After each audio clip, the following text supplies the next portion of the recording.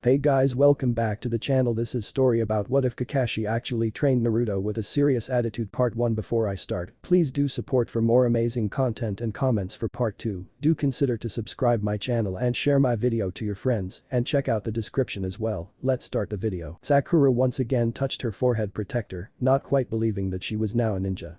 A genin kunoichi. The last 6 years of her life had been dedicated to the ninja arts and now those skills and knowledge would be put to real use. In all honesty, the thought truly scared her. Now that she was an active ninja, the chances of her dying had now significantly increased. It was no longer something that wouldn't happen till years later. She could no longer put it off. All this time I've been putting off the inevitable. Am I really prepared to be a ninja? Hell yeah. Of course we are. We're so gonna kick ass. Sakura smiled slightly at Inner's response as she walked home. Inner always knew how to lift her spirits and give her confidence. Yet, at this moment she didn't feel completely comforted by Inner's words. Sakura took a moment to look around as she walked down the village's main road. This was one of the reasons she enjoyed the walk home. As she walked she could look at all the shops and restaurants lining the road. Today the streets were packed, mostly with graduating students and their parents out celebrating. Seeing all the happy students and their parents made her sigh. Her own parents had to go out of town on important clan business, so they couldn't make it to her graduation. They had promised to make it up to her when they got back, and she knew the trip was important.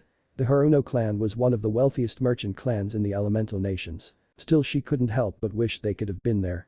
Slightly picking up the pace so she could get home before dark, her thoughts returned to their previous subject. Was she prepared to be a ninja? Despite Inner's words, Sakura both knew and felt the answer was no. While her test scores were the highest in academy history, only matched by a former academy student, her physical abilities were very poor in comparison, almost near the very bottom in fact. While her ninjutsu skill was flawless, on par with Sasuke, it was very limited since she only knew the academy jutsu. Most of her classmates had their family jutsu to add to their repertoire. The only thing she had over everyone else was her perfect chakra control. God, what had she been doing all this time? Sakura felt embarrassment come over her. She knew what she had been doing. Foolishly chasing after Sasuke. Ever since she had decided to become rivals with Ino over Sasuke's affection, she had stopped completely focusing on being a great ninja. Breaking off from her thoughts momentarily, Sakura stopped to open the door to her home. Walking in, she took off her shoes by the door, then trudged upstairs. Her home was modest and very well decorated, instead of being huge and lavish, as others of her family's station would usually live in. Despite their wealth, the Haruno family was advocates of frugality and didn't believe in needlessly spending money. It was a belief that deeply resonated with her. Opening the door to her room, she went straight towards her bed and flopped down on it. Heaving a sigh, she stared up at the ceiling. Why had she even thought that was a good idea? She remembered it was to prove to Ino that she was her equal. But surely she could have picked them being rivals over who was the better kunoichi. That would have been more worthwhile. At least then she would have had a chance at being the class's top kunoichi instead of Ino. Once more, she couldn't even remember if she really liked Sasuke or was it just because Ino and almost every other girl did. Sure, he was handsome and talented, but even she couldn't ignore that he had a horrible attitude. He was cold and looked down on everyone, nor did he show any interest in anything. Yet, all her free time had been devoted to chasing him. She couldn't even recall the last time she had done something for herself or without him in mind. What were her likes and hobbies? Sakura growled in frustration. The more she thought about it, the more it pissed her off. She needed a change. And the first thing she had to do was find out who she was and what she really wanted. No more imitating others and taking her cues from them.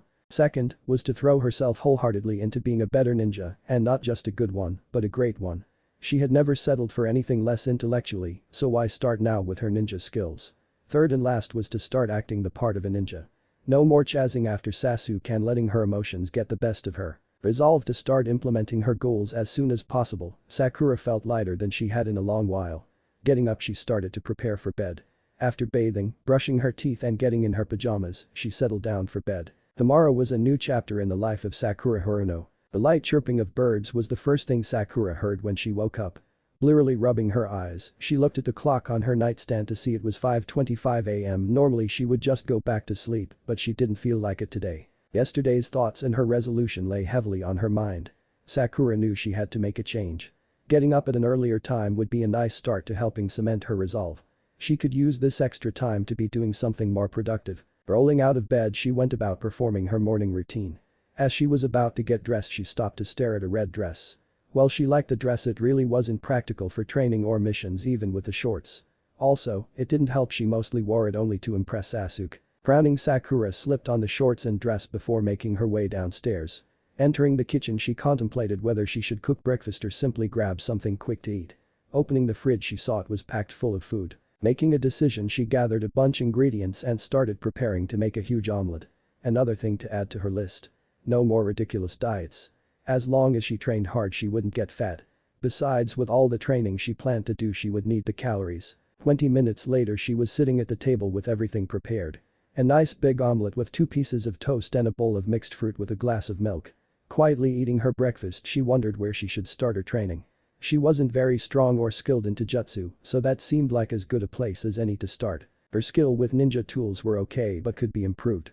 Her ninjutsu of course could definitely use improvement since she only knew 3 jutsu. Though she would really need to increase her chakra reserves for that to be of any use. Also, further fine-tuning her control couldn't hurt either. Finishing her breakfast she washed her dishes, then went upstairs to strap on her ninja gear. Locking the front door behind her she looked up at the sky. It's still slightly dark outside with the moon still visible in the sky with the sun slowly rising. So what could she work on now? Maybe her speed and stamina. A run to the Hokage monument maybe. No, it would be a challenge, but not one that would push her to her very limits. Any training she did had to push her to the edge so she would see better results. The village was pretty huge though. Running around that would be really challenging. Gearing herself up for the task ahead of her, Sakura started a light jog to the edge of the village near her home. Since it was pretty early most of the streets she passed were deserted. Only the occasional civilian was seen and of course there were ninja traveling by rooftop. Soon enough she reached the village wall. Taking a deep breath and mentally preparing, Sakura got in a ready position.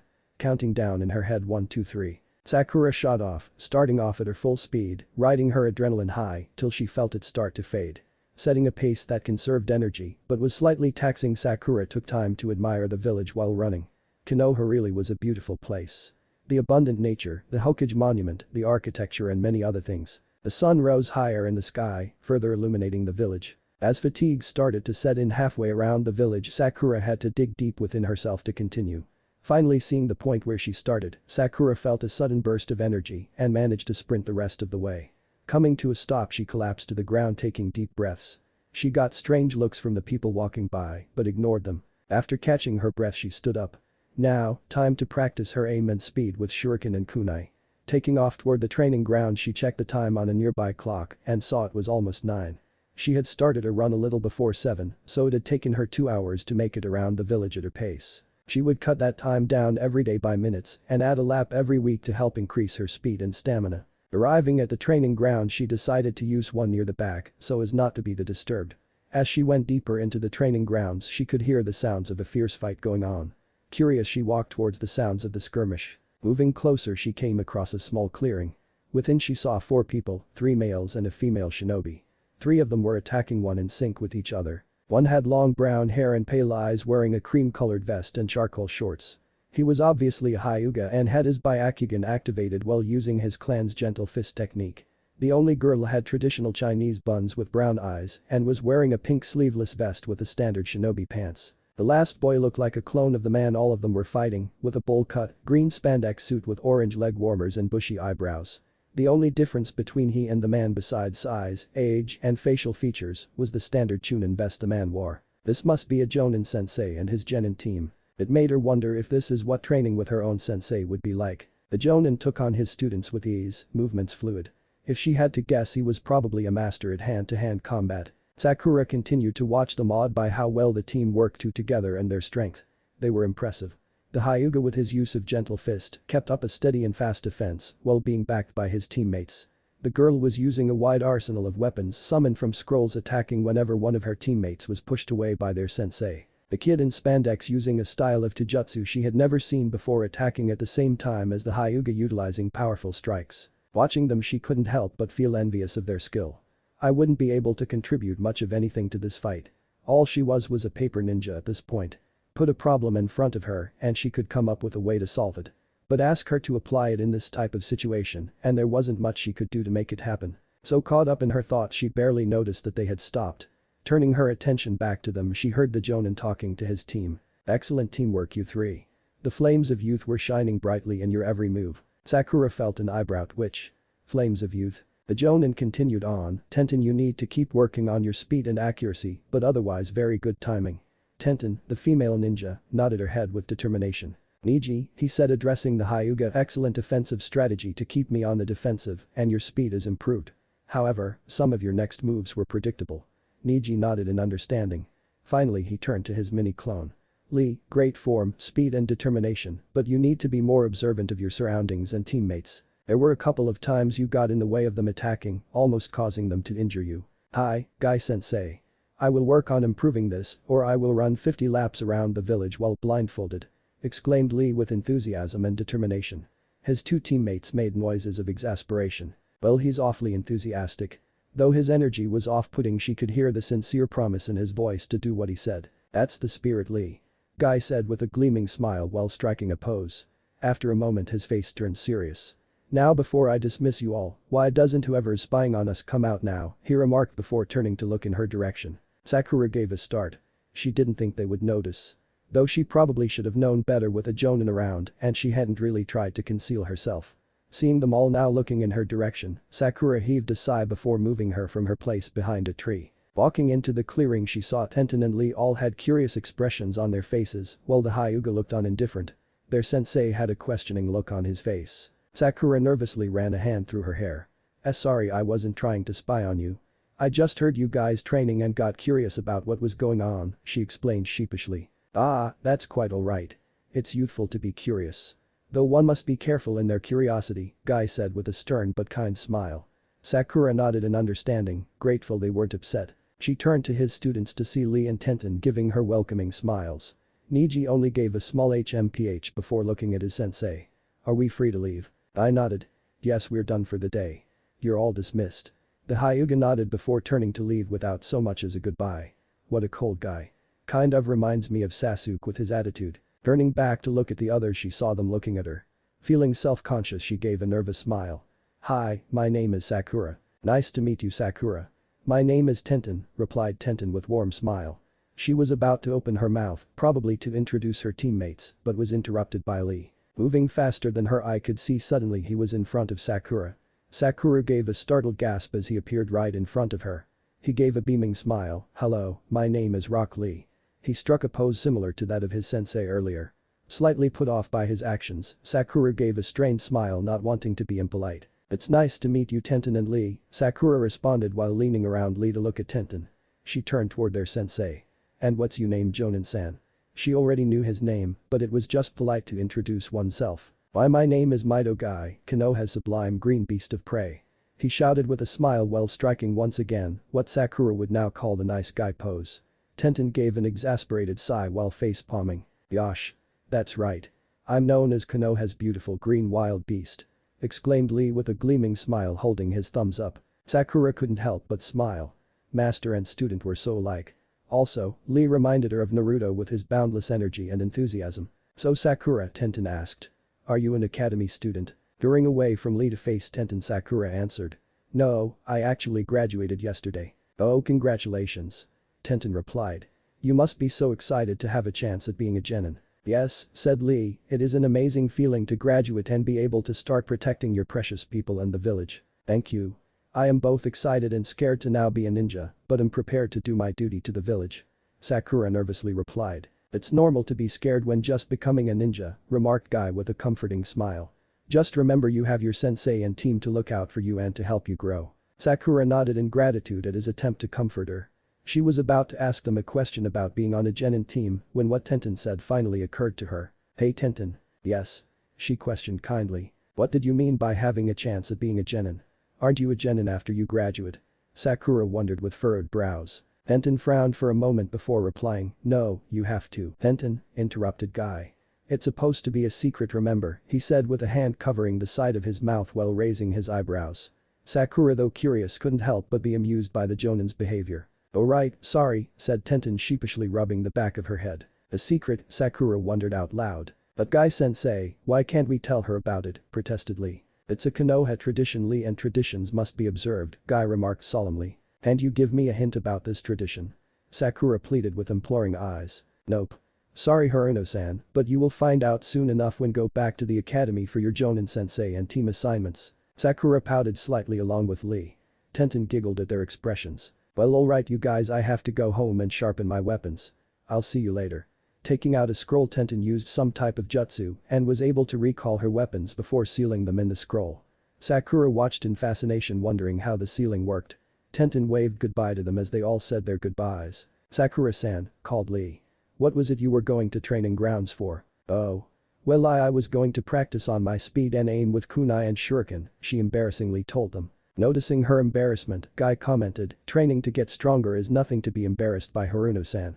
Even great ninja have to practice." "That's right. Results can only be achieved through hard work," interjected Lee. Sakura gave a weak smile at their words of encouragement. "I know this, but what, Sakura-san?" asked Lee curiously. Guy also had an inquiring look. Well, Sakura didn't know whether or not to tell these people who were practical strangers about what weighed heavily on her mind. It was really a pitiful thing that she had wasted so much of her time in the academy, neglecting her ninja skills. Already she could feel her resolve cracking, wondering if it was too late to make a true difference. She knew she needed to talk to someone, and since her parents were out of town, "I wasted my time in the academy," she blurted out. Sakura flushed in embarrassment at her statement. Lee tilted his head to the side in a questioning look, while Guy raised an eyebrow in question. I didn't practice my ninja skills as much as I should have, and now I feel like I've fallen too far behind to catch up. I spent all my time trying to fit in and chase after some stupid guy." Sakura shouted out in frustration, then immediately flushed in embarrassment. She probably shouldn't have added that last part. I looked at her surprisingly with an understanding expression. Rock Lee, however, just looked confused. "Sakura-san," Lee hesitantly said. "If you realize this now, then that's good," said Guy. Sakura looked at him, wondering what he meant. Guy elaborated, "Just because you graduated the academy doesn't mean it's too late to become a better ninja. If anything, you have all the time now to hone your skills. However, realizing your mistakes and weaknesses is the first step into becoming a great ninja. All you have to do now is stick with your determination to become a better ninja, and it'll happen." Sakura couldn't help looking at him in awe. He hadn't reprimanded her for wasting time in the academy, but instead encouraged her to do better now that she was out of the academy and realized what she had done wrong. Feeling tears well up in her, she uttered, "Thank you, Guy-sensei." He gave her a beaming smile. "No problem." At this point, finally having caught on, Lee perked up. "Yes, Guy-sensei is right. All you need to do is have determination. I was the dead last in my year, but now I'm on my way to being a Taijutsu master." "That's right. Lee can't use ninjutsu or jinjutsu, but I've been teaching him to be a great ninja that only uses Taijutsu," Guy said with pride. "Wow. A ninja that can only use Taijutsu. I've never heard such a thing, it almost seems impossible." Yet, Sakura could see that both Guy and Lee believed it possible and seemed to have no intention of giving up. She felt inspired just hearing such a thing. It also gave her an idea. It was a long shot but worth the risk. Sakura turned away from her thoughts to see Guy and Lee embracing in some weird man hug, crying with a sunset behind them. "What the hell? Is that a jinjutsu? I think I'm going to have a new nightmare." "Guy-san?" Sakura called to get his attention. Hearing her call him, Guy broke off from his man hug with Lee, which ended the weird sunset background. Turning towards her, he asked, "Yes, Sakura-san. I was wondering. Would you be willing to teach me Taijutsu? Well, I'd never turn down a student willing to learn, but won't you be getting a sensei soon? I think he or she would want to teach you instead." Sakura felt slightly discouraged but trudged on anyway. "I know I'll have a sensei soon, but I want to start improving now." Stopping, she paused a second before continuing, "Plus I don't know if my sensei will have the same ability as you. You look to be a master at Taijutsu." "You are right. If you teaching Lee how to use only Taijutsu." I nodded. "It's true. I am a master at Taijutsu. Also, I can understand the need to get started on something right away to strengthen your resolve." The Jonin stopped for a moment to contemplate things. I tell you what. I'll start training you today and tomorrow. If after you get Jonin you get permission to learn Taijutsu under me, I'll continue to teach you." "Really?" Sakura gushed with excitement. She could hardly believe he had agreed. "Yes, really." Guy struck a nice guy pose as if to show his seriousness. "A ninja always keeps his promises. It is the only youthful thing to do." Lee, who had been silent the entire time, nodded his head in agreement. "Yes. That is the ninja way, and Guy-sensei keeps his promises. You can count on him." Sakura smiled in gratitude. "Thank you, Guy-sensei." "You're welcome. Now if you're going to be my student first, I need to see what your current skills in Taijutsu are. So prepare yourself." Guy got into a ready position with a hand behind his back and one in front stretched out with the palm up. Slightly surprised by his sudden change, Sakura quickly get into the academy's Taijutsu style. There was a brief moment of silence as Guy and she stared each other down as if waiting for the other to move. Without warning, he said, "Defend," and attacked. Sakura raised her arms up to block an axe and kick and almost buckled under the weight. Pushing the leg back, she barely blocked the fist aimed for her stomach. Jumping back to get some distance, she was caught by a blow that grazed her shoulder. Though she knew he was severely holding back, every area he landed a blow ached badly. She knew if she looked there would be bruises in those places. Attacking again, she managed to dodge out of the way of a roundhouse to the face, but got caught by a glancing blow on her arm. She hissed at the pain but continued to stay focused on her opponent. It continued like this for a while, with her trying to dodge and block his attacks while only being mildly successful. She managed to block his attacks more than evade, leaving her with aches all over body except her back. Yet, that was only because she had tried her best to avoid presenting it to him. In the academy, that was one of the basic rules they gave about fighting. Don't turn your back on your opponent. After what felt like an eternity, he finally stopped attacking. Taking the opportunity, Sakura quickly caught her breath and let her hands fall to her sides. Inspecting her arms and legs, she saw bruises slowly starting to form. Panting, she looked up to see Guy with a contemplative look on his face. Turning away from him, she searched for Lee to see him practicing punches and kicks on a tree, making good progress at stripping off its bark. So strong. Sakura. She turned to see Guy back in his ready pose. Without a thought, she slipped back into her own stance. They stared for several moments before Guy barked, "Attack," and obeying, Sakura launched herself at him. She opened a punch to his stomach which he easily dodged and caught the follow-up to his chin before releasing her. Determined, Sakura tried a barrage of punches and kicks as fast as she could, trying to land a hit anywhere. Several times she had to jump up to try to punch and kick at his chest or face, but it was all for naught. Not matter what she tried. Attacking him head-on, going around him to try and catch his back, or being as unpredictable as possible with her moves, he still evaded her. Growling in frustration, she jumped up once again to aim a punch at his chest, but he once again caught her fist. However, unlike the calm look he had before, there was a flicker of surprise before it disappeared. Landing on her feet, feeling heavy and tired but ready to launch another attack, he signaled for her to stop. Panting to catch her breath, Sakura sat down on the ground to rest. She looked up awaiting Guy's assessment, while the sound of Lee practicing his taijutsu on a tree played in the background. Finally, having gathered his thoughts, Guy spoke. Your form was textbook perfect along with your punches and kicks. You were pretty good at either blocking or evading my attacks. However, your speed and strength were dismal, not to mention your attire is unsuitable for fighting. Sakura nodded understandingly but was disappointed nonetheless. She had expected as much, and while she was surprised at the compliments she did get, she was still upset about her weaknesses. Yet, continued Guy. Sakura looked up in anticipation. Your chakra control is exceptional, especially if you were able to unconsciously channel it through your punch. It was done unconsciously, right? Guy questioned with curiosity. Sakura looked at him with a confused expression. Channeled chakra into her punch. Seeing her expression, Guy nodded his head in confirmation. That last punch you launched. It had chakra behind it, thus making your attack stronger. The fact that you were able to do it without even thinking means you have excellent chakra control. Well, the teachers at the academy always said I had great chakra control. The only problem is my reserves are below average. Excellent chakra control isn't much use with small reserves. Sakura shrugged with a small frown. Nonsense. Any obstacle can be overcome with determination and hard work. The same applies to having low chakra reserves. There are several ways to build up one's chakra reserves. Hi. Guy-sensei is right, Sakura-san. You just have to work hard and never give up to achieve your dream, added Lee without looking, now doing pull-ups using a tree branch. Really? There are different ways to expand my chakra reserves. What are they and can I try all of them? Sakura asked in excitement. Yes, there are 3 ways a person can increase their chakra reserves. The first is by using your chakra to near exhaustion through techniques which causes one's reserves to grow a little each time. The second way is through intense physical training, honing the body to perfection. Your reserves can grow significantly this way depending on how hard you train. And the third and final way, which is the least used, is through intense meditation.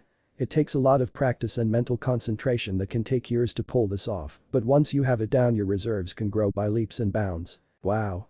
I didn't know there was more than one way to increase one's reserves. I'm going to use all 3. Thank you. This information will be very helpful in increasing my reserves. Sakura bowed to show her gratefulness. I rubbed back his head with a sheepish grin. Ah. It was nothing. Sakura nodded, realizing he didn't want to make a big deal of it. So Guy-sensei. When are you going to start my training? Why now, of course. What? Right now. Of course, there's no time like the present. We must not let our youthfulness go to waste. The sun is hours away from setting, meaning we have plenty of time to spar. Without warning, her training soon began. The next 6 hours were spent first doing exercises such as push-ups, sit-ups, and pull-ups. Then they moved on to stretches designed to stretch her muscles and increase flexibility. Several of the stretches they did she could only stare at them in awe and morbid fascination while trying to contain a blush. Those spandex jumpsuits really left little to the imagination. Once that was over he started her on practicing the basic forms of his taijutsu style, known as the strong fist. She picked it up all the stances on the first try, prompting Guy to teach her a few more moves beyond the basics. That was one of the greatest gifts she possessed that most people didn't know about. Eidetic memory. The ability to perfectly recall images, sounds or objects. The ability was a godsend that had both its ups and downs. I pushed her to her limits and beyond. All her training and theirs was done for long periods with short rest breaks, usually only enough time to catch her breath, then they would start again as strong as ever.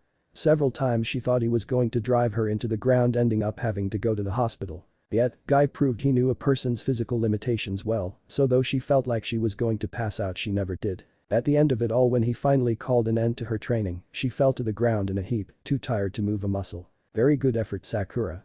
You did exceptionally well in keeping up with the exercises and remembering the strong fist's basic moves. Tomorrow morning we will start on building your endurance and stamina. Guy-sensei. Sakura was too tired to even get up to look at Guy. Yosh. Great effort, Sakura-san. I can't wait to continue training with you tomorrow, exclaimed Lee in excitement. Sakura smiled. Even though he had done much more strenuous training than her, he was still so energetic. Once again he reminded her of Naruto. Which reminded her. She needed to apologize the next time she saw him. He didn't really deserve the abuse she gave him, even if he could be an idiot sometimes. Looking up, Sakura could see the sun in the process of setting. The blue sky was starting to be tinted in an orange glow. Sighing, she pulled herself to her feet, ignoring her protesting muscles. She had come out here to practice her shuriken jutsu and instead ended up with a taijutsu instructor instead. All in all, things had gone pretty well. Oh, before I forget. We need to get you fitted with some weights. Remembered Guy while snapping his fingers. Weights? Yes, wearing weights on your wrists and ankles will help to increase your speed and strength. Sakura nodded. That would be good. So where do we get these weights from? There's a special shop in town that sells them. Come on, I'll take you to it. Guy turned to begin walking out of the clearing. Sakura turned to follow him, though stopped when she saw Lee wasn't following. Aren't you coming, Lee-san? No, sorry Sakura-san, but I still have more training to do. Sakura's eyes widened. She knew he was still energized, but he still had the energy to keep going. Who knew how many hours he and his teammates had been training before she stumbled upon them, and he still wasn't done yet. Lee truly was amazing. She hoped one day she would have Lee's fortitude to keep going long after everyone else had quit. Nodding at Lee in understanding, she waved him goodbye and hurried to catch after Guy. As they walked through town, Sakura became self-conscious of how her sweat-soaked dress clung to her skin. She was pretty sure her hair was a mess too. Luckily, since Konoha was a ninja village, seeing someone dirty and tired from training wasn't anything too new, so she only got a few stares from civilians. Soon enough they reached a shop almost halfway across town that was nestled between two other buildings. Walking in behind Guy, she saw the store exclusively sold ninja gear ranging from weapons, clothes, armor and several kinds of scrolls. Sakura watched as Guy greeted the owner, a middle-aged man with short brown hair, a thin mustache, light brown eyes and a handsome face that was smiling. Guy. Great to see you again. Great to see you again too, Kenji. Said Guy with his sparkling smile. So, what can I do for you today? Kenji caught a glimpse of Pink and turned to look at Sakura. Who is this guy? A new student of yours? Actually, yes. This is Haruno Sakura, my new taijutsu student. Sakura took this opportunity to speak up. Hello, nice to meet you, Kenji-san. Nice to meet you too, Haruno-san. Kenji turned back to Guy. I'm guessing you're here to get her fitted with weights, right? Exactly right, my youthful friend. Sakura-san has the potential to be great, Kenoichi. Exclaimed Guy, striking his nice guy pose. Sakura flushed in embarrassment while Kenji simply laughed in amusement, not in the least put off by Guy's demeanor. He must be used to Guy's weird behavior. Alright. Come right this way, Haruno-san, and I'll find you some weights that are a right fit for you in whatever style you wish. Following the shopkeeper, they moved toward the back of the store. Stopping in front of a stand, there was a large variety of wrist, arm, leg and ankle guards. Gesturing for her to take a seat at a bench nearby, Sakura sat down. He picked up a belt-like cuff that had measurements on it like a tape measure. He used it on each of her wrists, arms, legs and ankles to get her measurements while writing them down on a notepad. Alright, Haruno-san, you can pick the type of guards you want. Each one has a special weighted metal attached to it that allows you through chakra used to increase the weight. The highest weight any of them can go up to is 1,000 pounds. Sakura felt her jaw drop. 1,000 pounds. Holy shit, that was a lot of weight. She turned to Guy, who had thus far just silently observed her fitting. Which weight should I start with, Guy-sensei? Also, I should have told you before, but I'll probably need to go home to get the money for these weights. She turned toward Kenji. How much are they by the way? Guy shook his head though she couldn't see it before speaking. Sakura-san, the price of the weights are on me, you're my student. He raised a hand to stop her protests. I insist. And the maximum weight on these is only 100 pounds. You'll only be starting with 5 pounds and gradually work your way up. Sakura couldn't do anything but nod in gratitude once again while Kenji wrote down Guy's instructions. Resolving to pay Guy back by being an amazing student, Sakura got up to look at the different guards. It was a hard decision. Many of them were designed to be flexible despite wherever you wore them. After several moments she found the perfect set. A pair of flexible shin guards that came down to her calves but were below her knees and a pair of arm guards that extended from wrist to near her elbow. Both items were a blood red with black lining and the silver design of a Bengal tiger. It was perfect. I want these, she said pointing to the set of weighted guards. The shopkeeper nodded. A good choice. They look very nice on you, he complimented with a smile. Sakura couldn't help but smile back. She turned to look at Guy and he gave her a smile with a thumbs up of approval. Going back to the front counter they waited as Kenji came back with the guards wrapped up in a parcel. He rang up the price and Guy paid while handing the package to her. Thank you for your continued business and I hope you find great use in your guards. Thank you Kenji. Thank you Kenji-san, replied Sakura. She and Guy waved to Kenji as they left the store. As they stepped outside Guy turned to Sakura. Well my new student, this is where we part but early tomorrow morning we will start training again. What time tomorrow Guy-sensei? Asked Sakura. Guy put a hand to his chin. I say around 5 in the morning.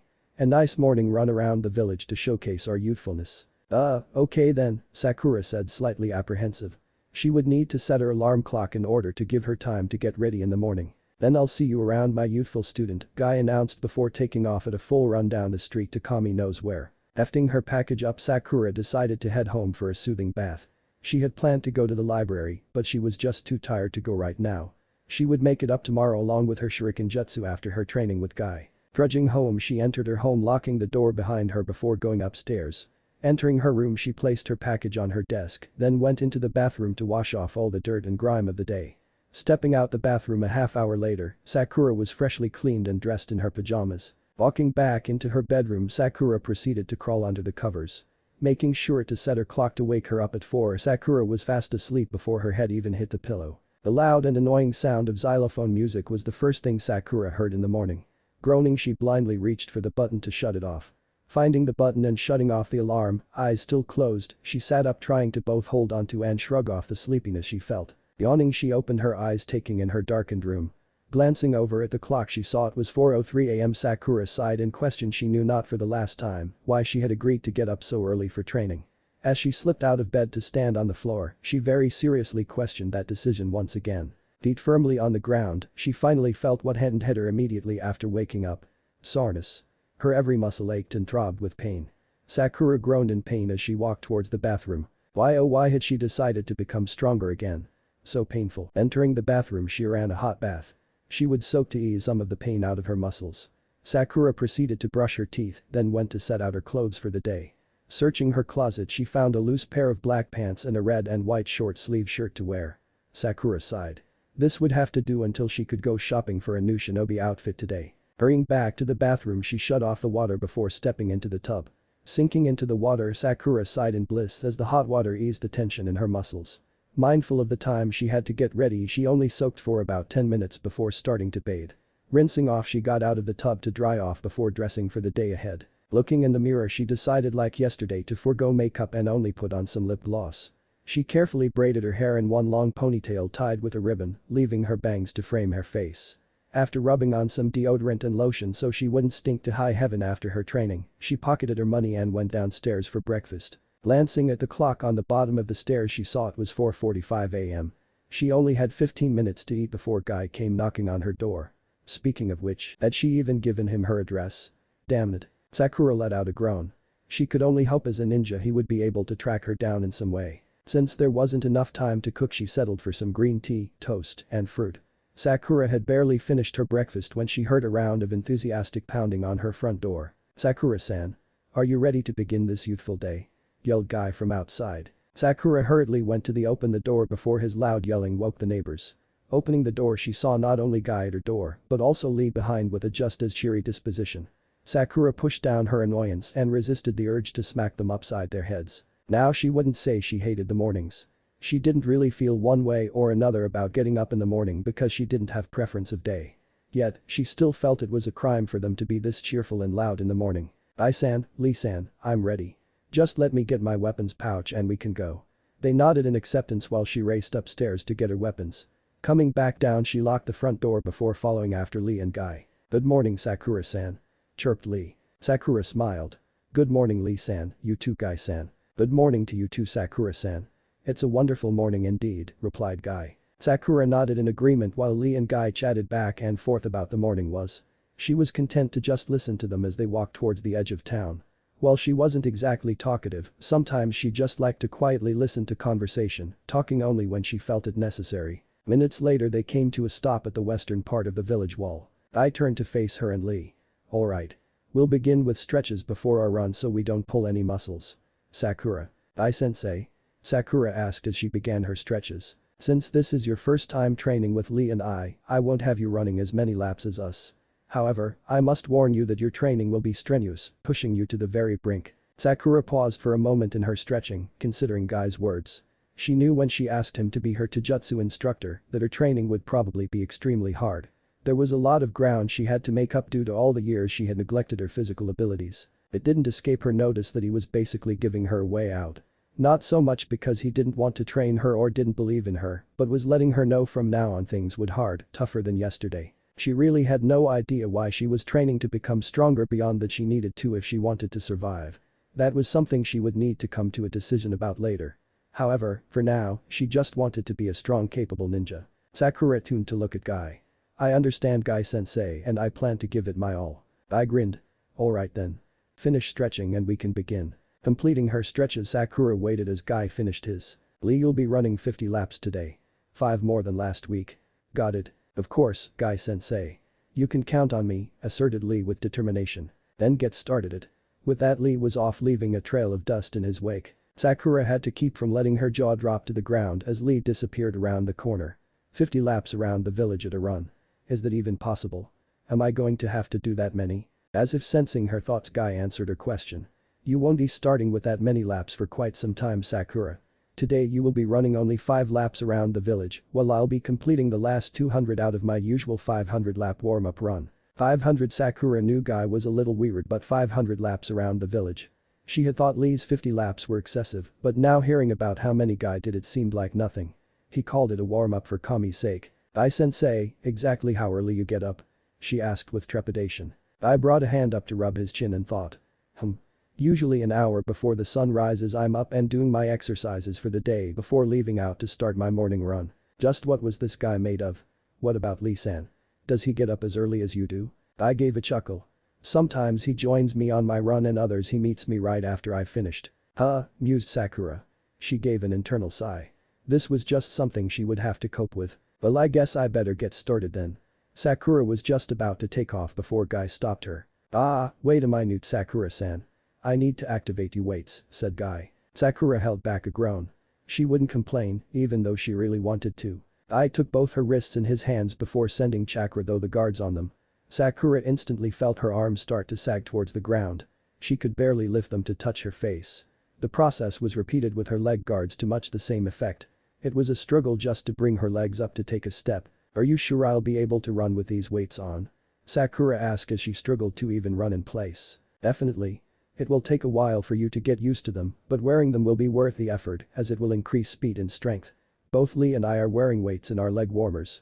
We increase the weight once we've gotten used to the current setting, the same will be done to your weights. The reason you wear both leg and arm weights is because you need the added strength in the arms, since females are weaker in the upper body." Sakura nodded at Guy's explanation while ignoring the part of her that wanted to be offended about what he said about females, even though it was true. "Then let's get started, my youthful student.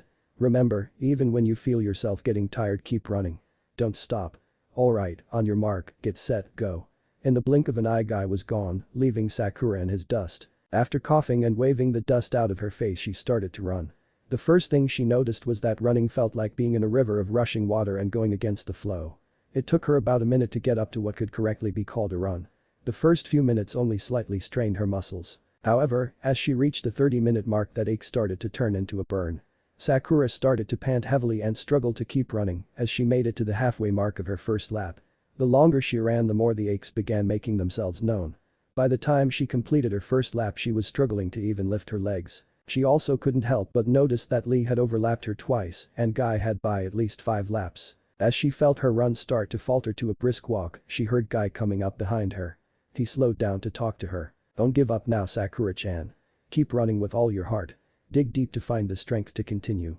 Guy encouraged before resuming his usual pace. "Yes, do not give up, Sakura-san," yelled Lee as he went past her. "We can do this. We're not quitters." Cha. Hearing their words of encouragement she pushed aside the pain and kept going. She could do this. No, she needed to do this to prove herself. The next 2 laps passed in a pain-induced blur. She was barely conscious of completing them. It wasn't until the 4th lap that she once again felt the pain coursing through her. Once again she started to slow. And once again Guy and Lee passed by her, except this time they didn't offer any encouragement. What? Did they think she couldn't do it? That she wasn't strong enough? The more Sakura thought about it, the more it pissed her off. She would do this, screw what anyone else thought. She could be strong, she was strong. Nothing would stop her from being a great kunoichi or completing a task. This was just like a difficult test. All she had to do was think hard and recall everything in her memory to help her. Except now all she had to do was keep her body moving, despite its protests and pleas to stop. "I can do this." Suddenly feeling re-energized, Sakura started to run with everything she had, pushing the pain down to a dull ache. "This is it, the 5th and final lap. I can do this. I can do this." Sakura kept up that mantra in her head as she came upon the finish line of her last lap. Standing there already was Lee, out of breath and watching as she came closer. "Come on, Sakura-chan, you can do it," shouted Lee, cheering her on. Even through her tiredness, it didn't escape her notice that he had called her Sakura-chan. He saw her as a friend already. They barely knew each other. As the finish line approached it became steadily harder and harder to run.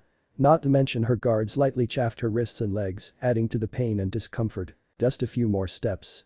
Just a little more and you're done. You can do this.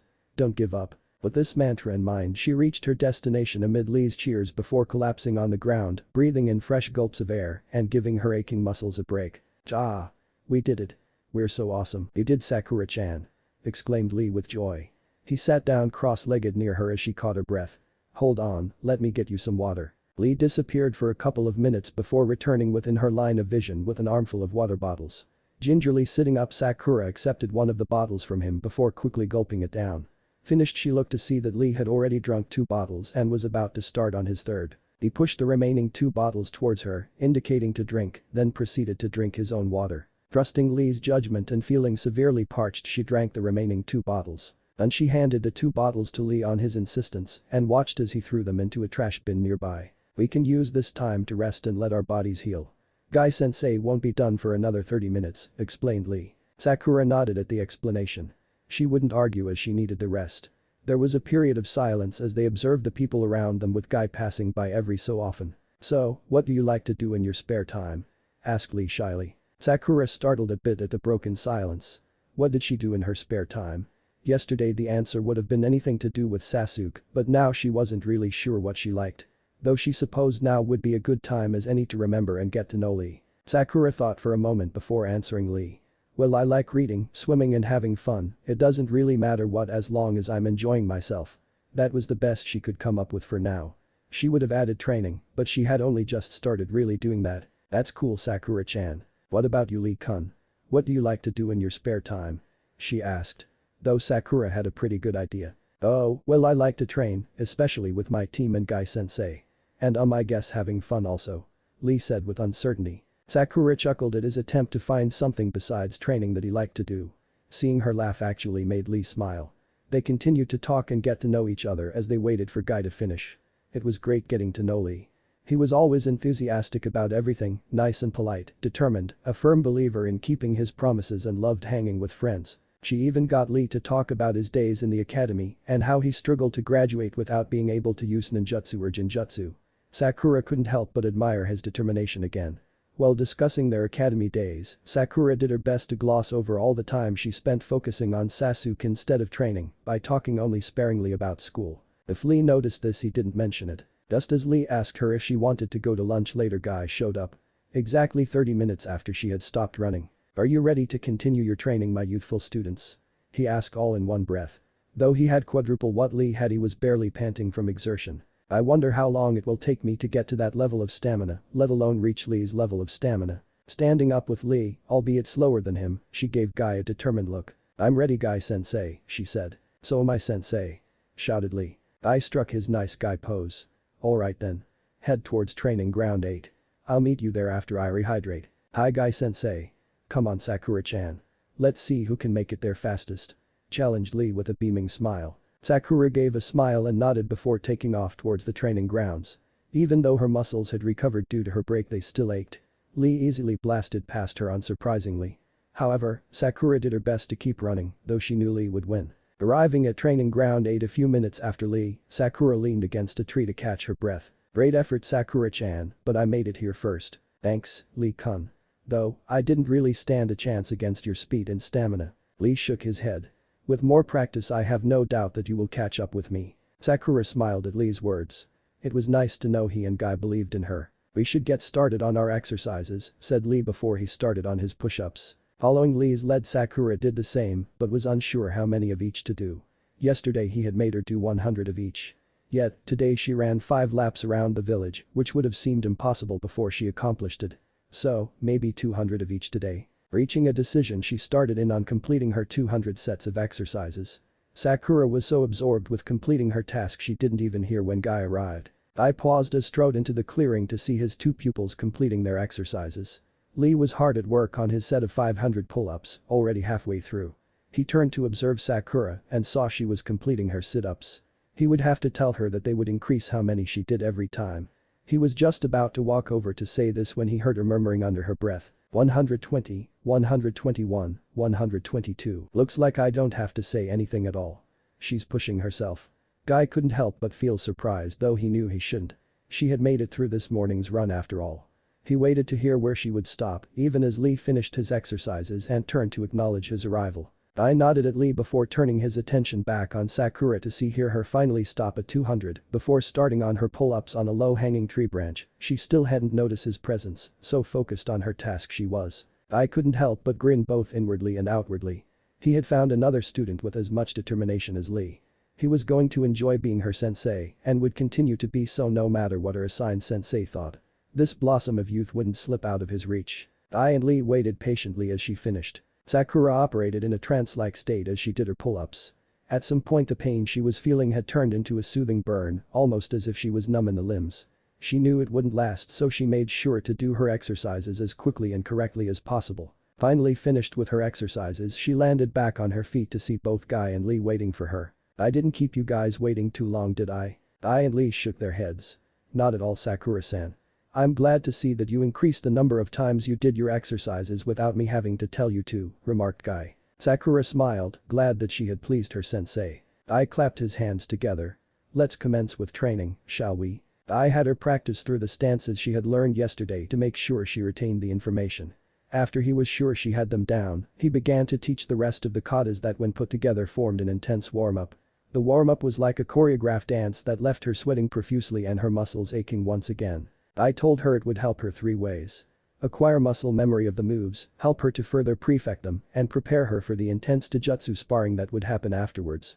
As it stood, the warm-up took her over an hour, but Guy said she would get faster, and as the moves became second nature the time would go down. He had her go through the warm-up in its entirety 3 times in a row, making sure she had it down. Once satisfied with this, he began attacking both her and Lee, instructing them to defend and counter-attack if they could. It was awkward fighting with Lee at first. Neither knew when the other was going to attack and almost ended up hitting each other several times. Guy, of course, took advantage of their confusion and delivered punishing blows. Determined to improve, it only took them several minutes before they found a rhythm with Lee attacking head-on and Sakura backing him up. It was a strange experience for her. Fighting Guy alongside Lee gave her a sense of understanding. In a way, it was like she get glimpses of who they truly were, and the glimpses only got larger as she kept fighting. They fought like this for hours with Sakura recording, breaking down, and then utilizing some of the moves she saw Guy and Lee perform that she hadn't been taught yet. Some of the moves she just didn't have the physical strength or flexibility to use at the moment, but the others were simply technical. Soon enough Sakura began to feel the pain and tiredness again, along with the limitless-like energy she felt before start to fade. However, she just continued to push on, even as she noticed her reactions became slower and more sluggish. Luckily for her, Lee was an excellent tag team partner as he picked up the slack wherever she fell. She would make sure to repay him for that. After what felt like an eternity, Guy finally called for them to stop and take a break. Sakura opted to rest against a tree, knowing that if she sat down she wouldn't feel like getting up. Excellent, the both of you. I'm amazed at how quickly you two managed to sync together while fighting. I honestly thought it would take you longer to work out a rhythm. I'm proud of you both. Exclaimed Guy while flashing his nice guy pose. Yosh. Cheered Lee in happiness. Thank you Guy-sensei, said Sakura with feeling ecstatic at having impressed her sensei. She watched as Guy pulled what looked like a pocket watch out of his jacket. Okay my youthful students. It's lunchtime, so we'll stop for today. Lee, remember there's team training at 3. Sakura, you use the rest of the day to pursue other training. I'd also suggest you get to the hospital to let them soothe your aching muscles. Also, let me know what your sensei says about me training you the day after tomorrow and we'll pick up things from there. Sakura nodded at everything Guy was telling her. She wondered why she had to wait 2 days to tell him about her sensei's decision, but figured it had something to do with that secret tradition thing. Stretching like a cat, she grimaced at the painful pull on her muscles. Okay, visit to the hospital first, then food and shopping. She was just about to tell them both goodbye when Lee called out to her. Sakura-chan. You said we would eat lunch together. Oh, that's right. Come on, we'll find a place to eat after I go to the hospital. Yada. Let's go. Lee took hold of her hand before pulling her in the direction of the village while yelling see you later to Guy. Sakura barely managed to tell her own goodbyes to Guy before they were out of earshot. She could have sworn she heard Guy's laughter following after them. It took her a couple of minutes to get Lee to let go of her so they could walk the rest of the way to the hospital. Though she couldn't help but smile and be energized by his enthusiasm. Idly it occurred to her that she should be self-conscious about her appearance and the fact she probably stunk, but at the moment she was so tired she couldn't bring herself to care. Reaching the hospital she went up to the front desk to sign in while Lee sat in the reception area waiting for her. He declined getting healed since he was used to his training regimen. I really hope I don't have to wait too long to get healed for bruises and strained muscles. Luckily for her she only had to wait about 10 minutes before she was brought into a room by a female nurse. After asking the standard medical questions, the nurse went about using medical ninjutsu to heal her bruises and muscles. With a warning to rest for the next couple of hours, she was off to lunch with Lee. They were just debating where to go to eat when a loud voice yelled her name. Sakura-chan. Startled, she and Lee turned to see Naruto running toward them. Well, it looked like today would be the day she started being nicer to Naruto. Naruto came to a screeching halt a foot in front of them. Hey Sakura-chan. Where are you going? Naruto turned to see Lee beside her.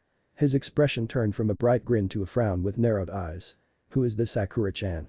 Is this guy bothering you? Lee simply looked on in confusion, not sure what was going on. Sakura shook her head in exasperation. Naruto could be such an idiot sometimes. While she was aware of his crush on her and was flattered, she didn't really reciprocate it. Though the reasons before were biased along with mean, now it was just cause she wanted to focus on training. If her chasing after Sasuke was any indication, then being in a real relationship would really take up her time and attention. Naruto, this is Rock Lee, my new friend and fellow student under the tutelage Mido Guy. Lee, this is my classmate Uzumaki Naruto. Sakura replied, introducing them to each other. Nice to meet you Uzumaki-san. This is the first time I've met a classmate of Sakura-chan's, Lee said politely while extending a hand to Naruto. Naruto glared at Lee with a suspicious look on his face. Sakura inwardly groaned. Naruto. Don't be rude. This seemed to stop Naruto from glaring at Lee for the moment. Naruto sked before shaking Lee's still outstretched hand. Lee, nice to meet you too, he said with a small frown.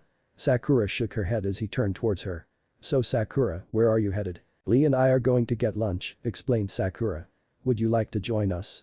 Would that be alright with you Lee-kun? Sakura turned to look at Lee for his opinion.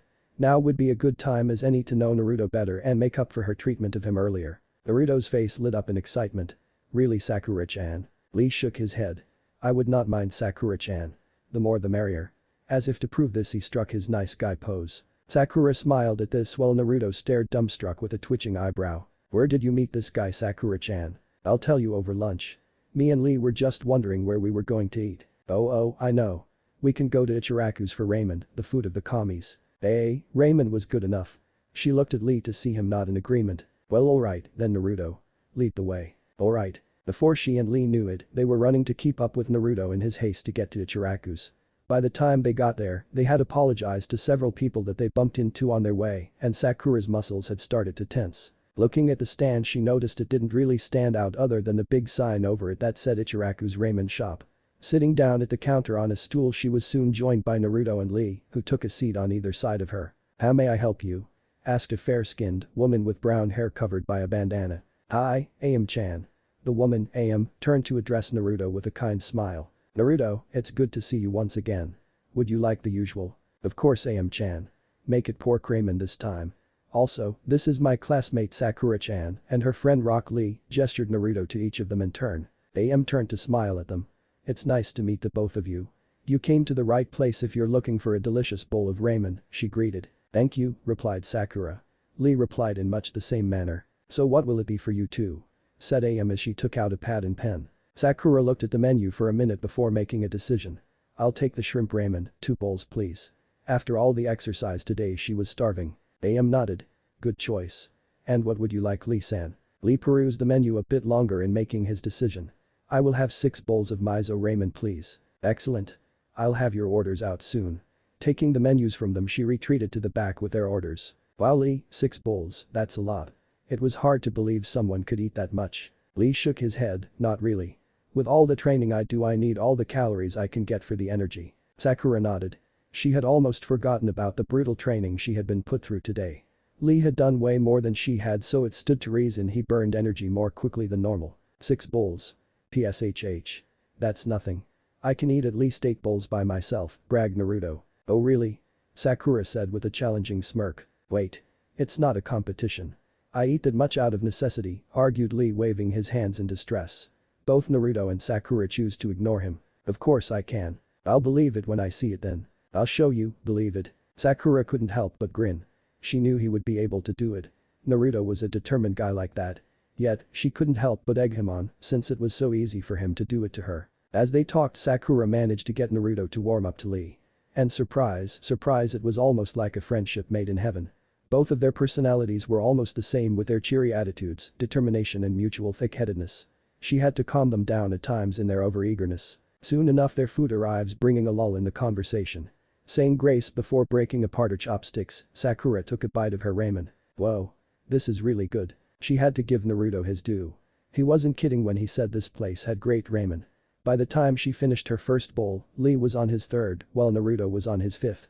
Man he could really put it away, Lee too. Though while Lee ate as quickly with table manners still intact, Naruto on the other hand, ate like he didn't know the meaning of the words. However, considering he was an orphan that might be true. As Am takes away her empty bowl to replace it with her second, Sakura began to wonder where she would go for new ninja clothes and supplies. While she had the money to afford whatever she wanted that didn't mean she was going to buy the most expensive things unless they were worth it. Sakura continued to ponder this as she ate her ramen. She had just thought of the perfect place to go shopping when Naruto's voice broke through her thoughts. So Sakura-chan, are you excited for tomorrow? I know I am. I can't wait to start doing cool missions. What are you talking about Naruto? Tomorrow is for those that graduated, remember? Sakura questioned with a frown. Ah, but I did graduate. Said Naruto with a wide grin. He proceeded to pull a forehead protector out of his jacket.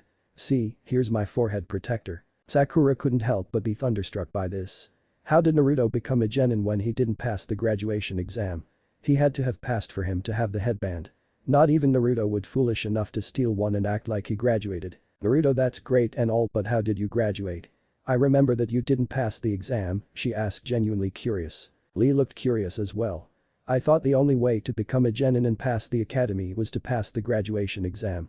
Is there another way now? Naruto scratched the back of his head with a nervous smile. Well, you see, I can't really talk about. I've been told to keep it a secret. But I can tell you that what I did was to help the village. Technically, I'm kind of like a hero. At this statement Naruto gave wide grin. Amazing. Said Lee.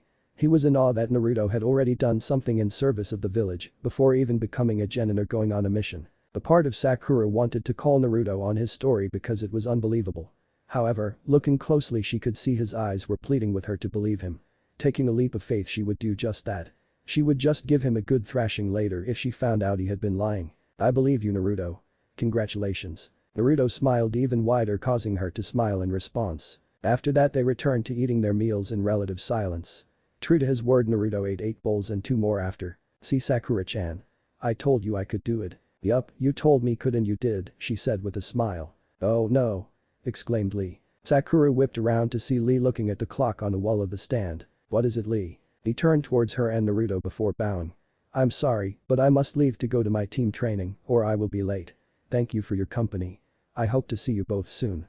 With that, Lee placed the money for his meal on the counter before taking off in a green blur. Sakura and Naruto stared after him for a second, then shrugged. Sakura had not doubt she would see Lee soon.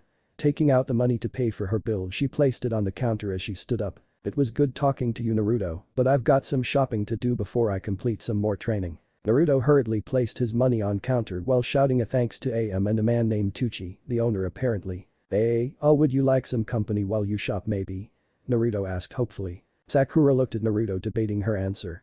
If she said yes, he might think this was a date, but if she said no, he would probably be crushed. What to do? It would be a good opportunity to get to really know him. "Okay, you can come with me." Naruto gave a shout of victory, interrupting her before she could finish. She held up a hand. "Wait a minute." Naruto stopped his victory dance, which had gained him some weird looks from passers-by. He looked at her with curiosity and apprehension. "You can come along, but this isn't a date. It's just two acquaintances, possible friends, hanging out." "Okay." Naruto nodded furiously. "Right, got it, not a date." Sakura sighed knowing he would probably ignore what she said anyway. "Come on then." She had decided on going to a huge ninja supply store that she knew her parents were a big supplier of. It had great quality goods, the only kind the Haruno clan sold, and they would make sure to treat her orders with care. It also helped that their prices were reasonable. Making her way through the streets towards the store with Naruto by her side, she couldn't help but notice the cold looks directed his way. It wasn't the first time she noticed, nor was it the first time she would wonder why many of the villagers looked at him like that. Sure, he played pranks and was loud. But that was no reason to hate him, else there would be plenty of other people hated just as much as he was. She would have to ask him sometime about that. Reaching the store, she walked in with Naruto timidly following after her. The store was like a ninja's dream. It sold clothes suited for ninja wear and tear, weapons of all kinds, armor, ninja-related literature, and other miscellaneous items. While it was all enticing, she was here primarily to get some new clothes more suited for a ninja. With this purpose in mind, she walked towards the spacious clothing section. What are you getting, Sakura-chan?" "First, I'm getting some better ninja clothes, then probably stock up on some supplies." "Oh, okay." He seemed a little confused about what she said, but didn't ask any more questions. Looking in the female section, Sakura idly browsed through the clothes. One of the things she loved about herself is that it didn't take her long to find what she liked. Once she saw it, she knew it was what she wanted. There were very few things she was indecisive about when shopping. So when she saw an outfit that caught her eye, she knew it was what she wanted, and it was perfect. It was a one-piece shorts jumpsuit with a zipper in the middle that started at the stomach and ended at the throat. It was blood red with a huge silver dragon design that extended from the front, curving towards the back. The suit ended a couple inches before her knees, which was fine since her guards would cover them. As an added bonus, the suit had two large zip-able pockets, one on each side. The material felt nice against the skin and was thick but not too much. It was also breathable and stretched like spandex, but wasn't as tight-fitting. Taking the outfit off the rack, Sakura couldn't help the silly grin that spread across her face. It was just her size too. Naruto, who had been unusually silent thus far, finally spoke up. "That's an awesome outfit, Sakura-chan. It'll look great on you." Sakura grinned. "Thanks, Naruto. I think it will look good on me too." As she was about to walk to the front of the store to order several pairs of the outfit with the Haruno crest on them, a sudden thought stopped her. "Hey Naruto, have you considered wearing something different? You know, changing your look now that you've graduated." Naruto frowned in confusion. "What do you mean, Sakura-chan? My outfit's great, isn't it?" "Naruto, your outfit is bright orange. It attracts attention, not to mention light, which can be dangerous things for a ninja." Well, you see," stammered Naruto. Sakura was curious as to what had tripped him up. Surely he already knew these things. At least on some level. Though it was amazing he got away with any of his pranks wearing that jumpsuit. "What is it, Naruto?" "Well," he let out a frustrated sigh. He muttered out a sentence under his breath. "What? I couldn't hear what you said." Naruto gave a huge sigh before speaking louder. "This is the only thing I can afford." "Oh." She didn't really know what to say to that. Looking at Naruto, she could see frustration, shame and a hint of sadness in his gaze. After a couple of seconds, he looked away while closing his eyes. In that moment, she came to another decision. "Naruto." He turned his head to look at her, avoiding her eyes. "Go ahead and pick out an outfit from the racks." At this, he met her eyes with his wide, disbelieving ones. "Sakura-chan. Oh, pick out an outfit. It's on me, okay?" Naruto shook his head. "No, I can't let you, Sakura-chan. I won't accept charity, even if it's from you." "Well, that's good because it's not charity. I'm doing this solely because I want to, and I won't accept no for an answer." Sakura retorted with defiance, placing her hands on her hips. But Sakura-chan," Naruto whined. "Nope. I insist. Now go look before I pound you skull in." Naruto pouted before doing as she said. Smirking in victory she followed him to the men's section. It took quite a while for him to pick out something. Several times she had to argue against some of the things he picked because the colors were too bright or the material too flashy. At last they settled on an outfit. It was similar to his old one, except the shinobi pants reached past his ankles, were black, had 6 pockets, and was made of a tough yet nice material, corduroy she thought. The jacket he picked was made of breathable leather and colored she didn't know how he found it an extremely dark orange, burnt orange to be exact. It had a collar and zippers across the chest, sides and arms of the jacket. There were also usable pockets hidden inside the jacket, so it was definitely a jacket designed for a shinobi despite the color.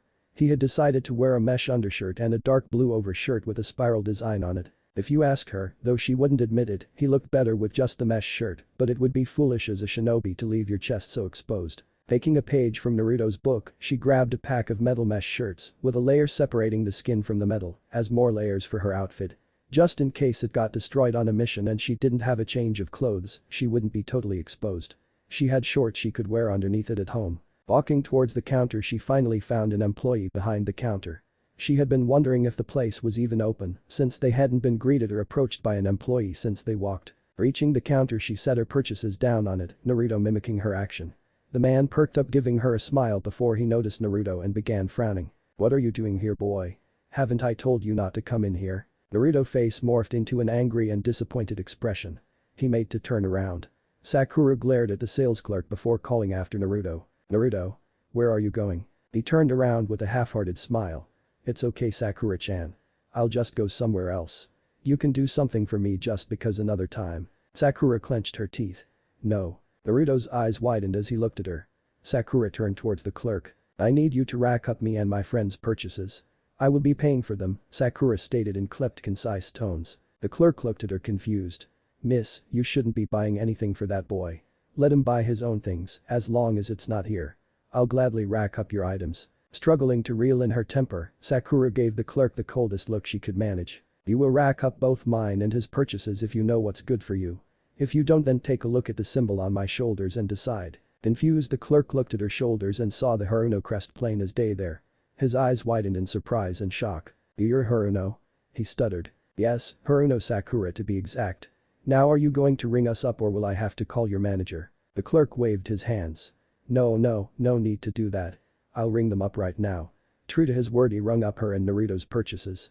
Satisfied, Sakura turned to see Naruto still staring at her with wide eyes and jaw dropped. "Naruto?" she asked worriedly. "Wow. How did you do that, Sakura-chan?" Sakura blushed. "I'll tell you later, Naruto." "All done ringing up your purchases, ma'am?" interrupted the sales clerk. Sakura nodded. "I need you to add 5 more pairs of that red jumpsuit, also add the Haruno crest to the shoulders and back of each one, including the one you rang up. Also, 5 pairs each of that blue shirt with the spiral and black shinobi pants." As an afterthought. "Also, order another leather jacket too in the same size and color." The clerk nodded. "It will take 40 minutes to get the crest on the suit and gather the orders." "That's fine, we'll be browsing for more stuff till then." Moving away from the counter, she grabbed Naruto's arm and guided him towards the footwear section of the store. "Pick a new pair of sandals or boots." When he opened his mouth to protest, she glared and raised her fist in a threatening manner until he closed his mouth. Satisfied, she perused the various types of footwear. Despite the obvious preference, she didn't really care for having her toes exposed. Well, there was nothing wrong with her feet or toes, she just felt having them exposed would invite danger. With this in mind, she drifted towards the footwear with closed toes while Naruto stayed in the open toed section. Looking in the boot section, she found her footwear. A pair of black boots that reached up to her calves, exactly halfway up to her shin guards. Luckily, her shin guards would fit right over the black boots, which were made of a sturdy material and were very stylish. They were a brand name called Polo Ralph Lauren that made both civilian and shinobi footwear. Her new outfit was now complete.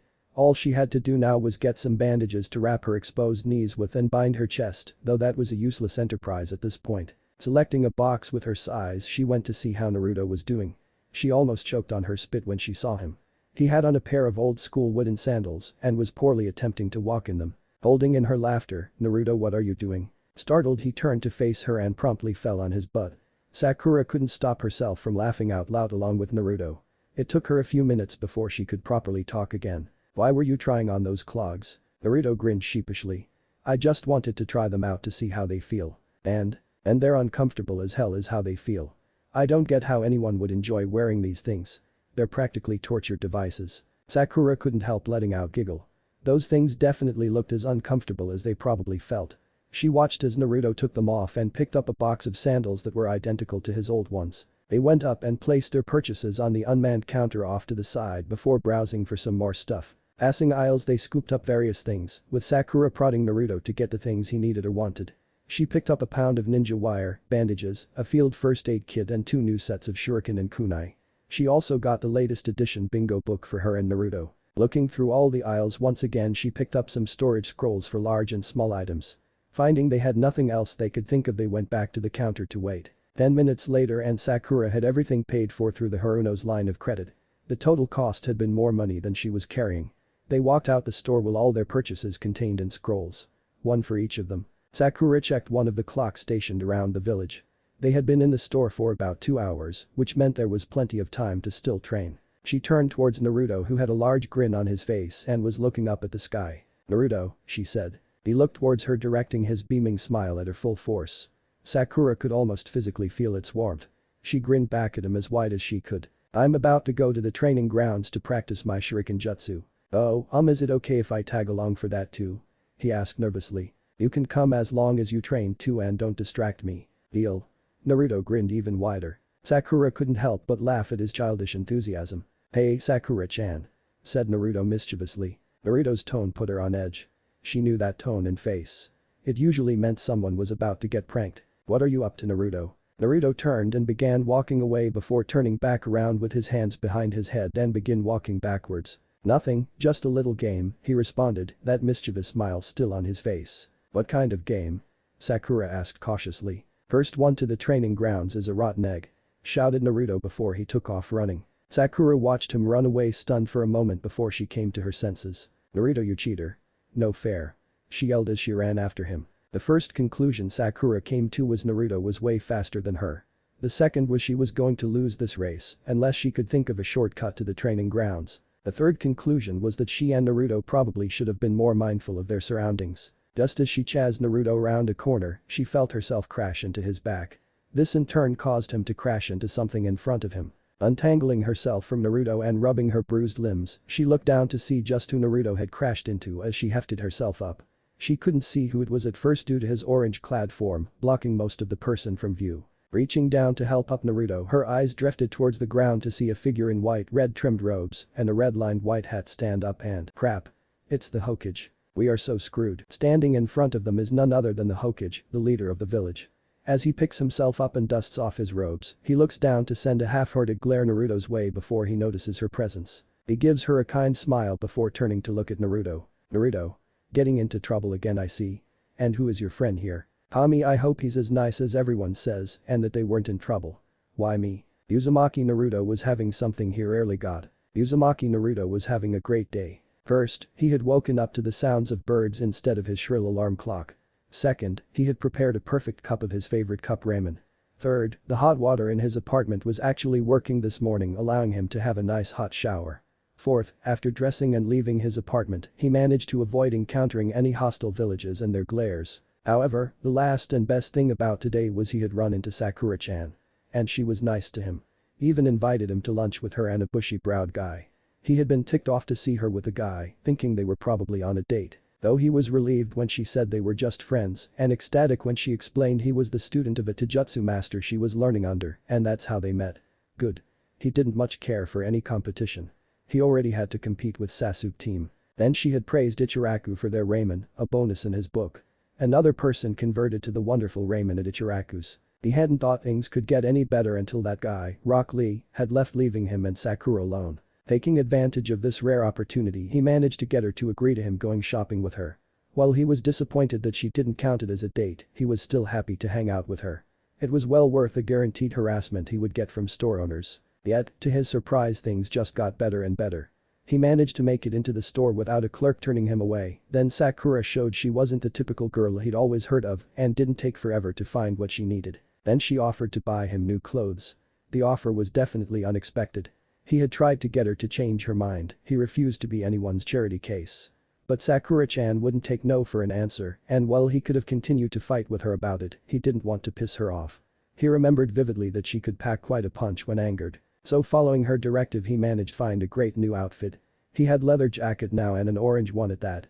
He's always thought leather jackets were so cool. He had already known his old outfit was unsuitable for a ninja because of the bright orange color, but it was all he could afford.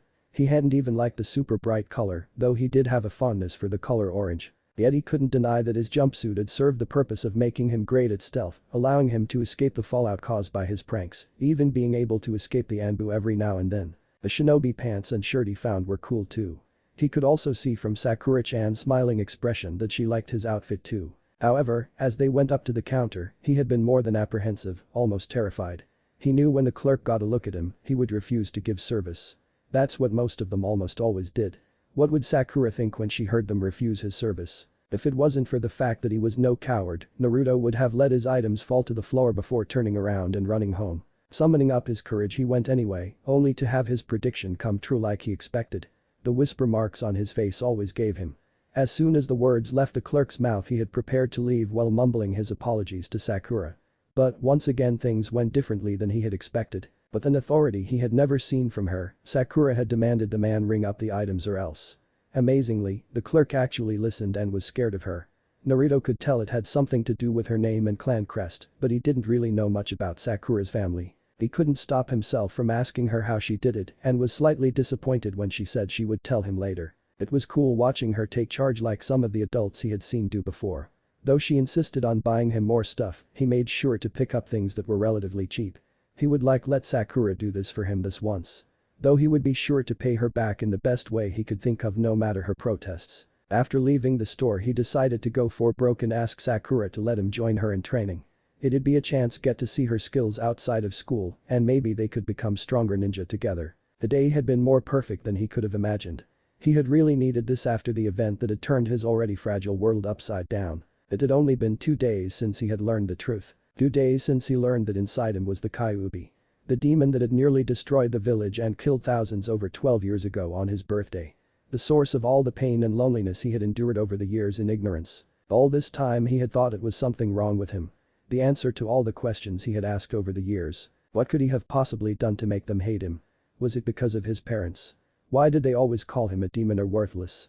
Maybe it was all a misunderstanding. Finding out the truth had near shattered his world. He hadn't even needed to really doubt Mizuki's words a second. Over and over he'd heard the villagers call him demon brat and even fox or Kyuubi brat once or twice. It had made sense in the worst way, especially considering that he had fox-like whisker marks on his face. If Iruka-sensei hadn't been there when it was revealed to him to say he didn't think him a monster, Naruto wasn't sure what he would have done. Iruka's belief in him and encouragement had given him the strength he needed to beat Mizuki. Yet, it wasn't till later while he was alone that the full implications of it all finally set in. He couldn't stop himself from breaking down. All this time everyone had known that he held the Kyuubi except him. The reason he had been scorned, chased, and once almost beaten to death by the villagers. People who couldn't look past the loss of their loved ones to see he wasn't a monster. All day and night he had debated with himself whether or not he was truly the Kyuubi itself. The monster that everyone in the village either believed him to be or only saw him as. 1,000 thoughts had run through his head. Why was the Kyuubi inside of him? How come his parents didn't stop it from happening? Why did everyone else know but him? Was he really the demon that everyone thought he was? It didn't feel like it to him. He couldn't remember ever intentionally hurting anyone. There were no voices in his head or someone other than himself controlling his body like he saw with demon possessions in the movies. At the end of it all he finally came to the conclusion that he wasn't the monster he held in his gut. Like the third and Iruka said he was simply its jailer, who by housing him protected the village. Nothing more and nothing less. He knew he was a good person. Yes, he got into trouble by skipping class and playing pranks, but school was boring and he only pranked those who deserved it. There was nothing wrong with him. It was everyone else that had a problem. Reaching that conclusion had given him peace, a peace that had only lasted till he thought about the old man. Naruto had always known there were things the old man hid from him. Every time he asked him why the villagers hated him it was always the same answer. That it wasn't his fault, that the villagers were seeing only what they wanted to, and that he would tell him why when he was much older. Naruto had, despite his feelings, decided to trust him and hold him to his promise. Yet, that promise hadn't been fulfilled, at least not in the way he wanted it to. Let alone the answer to it being anything he expected. He'd had to learn it from that bastard Mizuki why he was so hated. Quite possibly the worst way to learn such a thing, especially when considering how much Mizuki hated him, telling him he was a monster out of spite and hate. After he and Iruka returned the scroll the Hokage had asked him to wait so he could talk to him. When he was finally asked to enter the Hokage's office, Naruto hadn't been sure exactly what to expect. He knew he would be chewed out for taking the scroll and reading it, but he didn't know if the old man knew that he now knew he was the Kyuubi container. What had followed was a conversation that was both confusing and frustrating. The old man actually started by congratulating him on becoming a genin. Followed by him apologizing about Mizuki tricking him and how he came to find out the truth. He had seemed genuinely apologetic, though Naruto couldn't help but feel both angry and betrayed. If he had known sooner, perhaps things would have been more bearable. It would suck to know he had a demon contained inside him, but at least he wouldn't have been left in the dark about it. He had decided to ask the old man at that moment one more time who his parents were in the hopes he would be honest this time. However, to his utter disappointment and anger, the old man had only sighed regretfully, saying he had no idea who they were. The Hokage's calm, measured voice tinged with regret and pity had near driven him crazy. It took everything he had not to call the old man on his bullshit. Surely the Yondaime, who had sealed the Kyuubi in him, wouldn't just pick up some random baby to shove the fox in. It didn't make any sense. Not to mention, even if it were true, wouldn't the Hokage make a point to find out who his parents were anyway? He could easily die before the old man decided he was ready to know, then what? He would die never knowing where he came from, to whom he belonged before they were taken from him. He would do anything just to know. Despite what other people thought he could keep a secret. Hell, he would never speak again if he could just know who his parents were. That they had truly loved and wanted him, but something important had prevented them from taking care of him. Naruto had walked away from the Hokage tower feeling frustrated and defeated. It didn't help that the man's refusal to tell him who his parents were had further aroused a sneaking suspicion in him. It hadn't escaped his notice that he looked like a certain deceased Hokage, even if the odds of his suspicions being true were slim to none. After all, who would treat the son of a Hokage, even one that was a demon container, with such hatred as the villagers had? Though he honestly hoped that wasn't the case. He already wasn't sure he should feel towards the fourth now, knowing he had sealed the Kyuubi inside him. Now staring at the Hokage as Sakura helped pick him up, Naruto had to try hard to stop himself from directing a glare at the man. Instead, he settled for a scowl before answering the Hokage's question. "I wasn't getting in trouble, old man. This is Haruno Sakura, my classmate. We were on our way to the training grounds to practice our shuriken jutsu." Naruto silently hoped the old man would accept his words then leave. It had been a chore dealing with him yesterday when he had to take his registration photo. "Naruto. Don't be disrespectful to the Hokage," admonished Sakura. The Hokage simply chuckled to Sakura's bewilderment. "It's quite alright, Sakura-chan. I've known Naruto since he was a baby." "Really?" asked Sakura with curiosity. He nodded. "Yes, he's like a grandchild to me." "Oh wow." Naruto gritted his teeth at the exchange between the Hokage and Sakura. Why wouldn't the old man just go away? "Well, Gigi, we're about to go to the training grounds now before it gets too late." Naruto plastered on a fake grin while rubbing the back of his head. "Of course, I won't be keeping you. Although, would you mind if I accompany you? It's been a while since I've had a chance to get out of the office, let alone watch new genin practice." Losing his patience, Naruto prepared to blurt out no, but Sakura answered before he could. "Of course we wouldn't mind," assured Sakura. "Lead on then," smiled the Hokage. But that the Hokage and Sakura set off towards the training grounds, with a sulking Naruto following behind them. Man. Why couldn't he just go do some more paperwork or whatever old people do in their spare time? I hope he doesn't stay long. Hiruzen Sarutobi had inadvertently stumbled onto a great opportunity. He had been planning to take a walk around the village and do a bit of training, while his clone did the paperwork that never seemed to stop piling up on his desk. Not 10 minutes into his walk did he walk into Naruto, or rather Naruto ran into him. Before he could even attempt to steady himself, he met the hard ground. Getting up, he had been surprised to see Naruto was the one who had run into him. He was even more surprised to see him with his soon-to-be teammate, Haruno Sakura. Hovering his surprise, he teased Naruto while inquiring about the girl, hoping to find out what they were up to. He was once again surprised when he said they were off to train together. From what he had observed using his crystal ball jutsu, the girl had a strong dislike of Naruto, along with an obsession with Uchiha Sasuke. Maybe things have changed. For the better, he hoped. Not one to let an opportunity go to waste, he asked to join them. Even as Sakura agreed to him coming with them, he could sense Naruto's disapproval.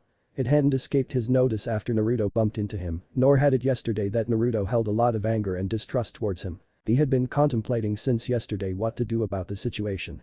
Hiruzen had known that his explanations to Naruto hadn't been very forthright, nor had his apology been enough.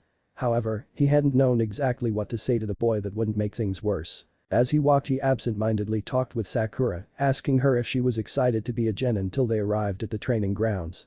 Training Grounds 11 was just one of the dozens of training grounds made specifically for target practice. This particular one was a beginner's course tailored for genin. It was set in a small clearing with an abundance of trees that were slightly cropped together. On one side was a medium-sized man-made pond at least 7 feet deep. All around were different type of targets. Full-body targets made of wood with a bullseye on vulnerable parts of the human body, tall wooden posts with bullseyes sticking out at various places on it, and bullseyes stuck to almost every tree, ranging from easy to difficult to hit.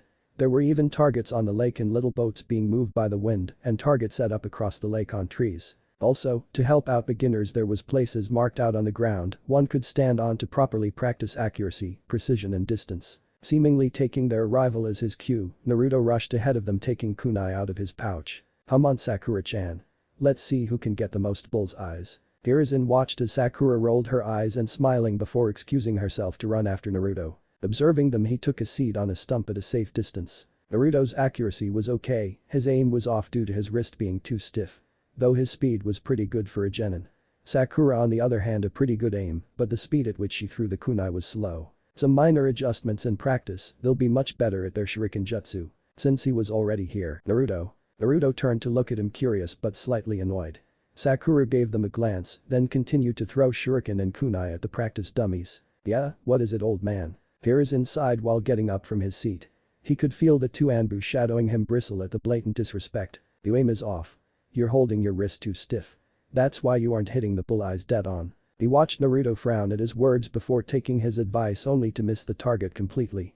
Naruto gave a yell of frustration, about to chew him out until he interrupted him. "You made your wrist too loose. Here let me show you." "Pay attention to my wrist movements," said Hiruzen. Taking a kunai and shuriken from the folds of his robes, he looked to make sure Naruto was paying attention. Seeing that he was focused on him, along with Sakura, he threw the kunai first with pinpoint accuracy at the heart of a body target a few feet above him in a tree. The same followed with the kunai. Hiruzen inwardly chuckled at the odd look on Sakura's face and impressed one on Naruto's that he quickly tried to cover up with an unimpressed one. "Did you see what I did? Think you can do it?" he asked teasingly at Naruto. Naruto huffed. "Of course I can. You and Sakura-chan just watch." They watched as Naruto threw his kunai at one of the tree targets. He missed a bullseye, but it was a lot closer than he had been previously. "That was really good Naruto," praised Sakura in encouragement. Hiruzen nodded. "Yes, that was a good first try.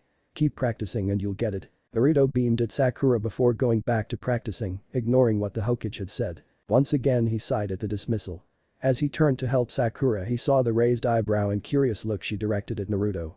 It seemed Naruto's behavior towards him hadn't escaped her notice either. "Sakura-chan," he said gently. She turned to look at him. "Your accuracy and precision are good. But you need to work on your speed." "Oh. Thank you, Hokage-sama." She bowed in gratitude. "No problem. Here let me show you how to increase your speed. Strength helps a lot, but there are techniques that work too." Taking out some kunai and shuriken he proceeded to demonstrate to her how she could increase the speed of her throws.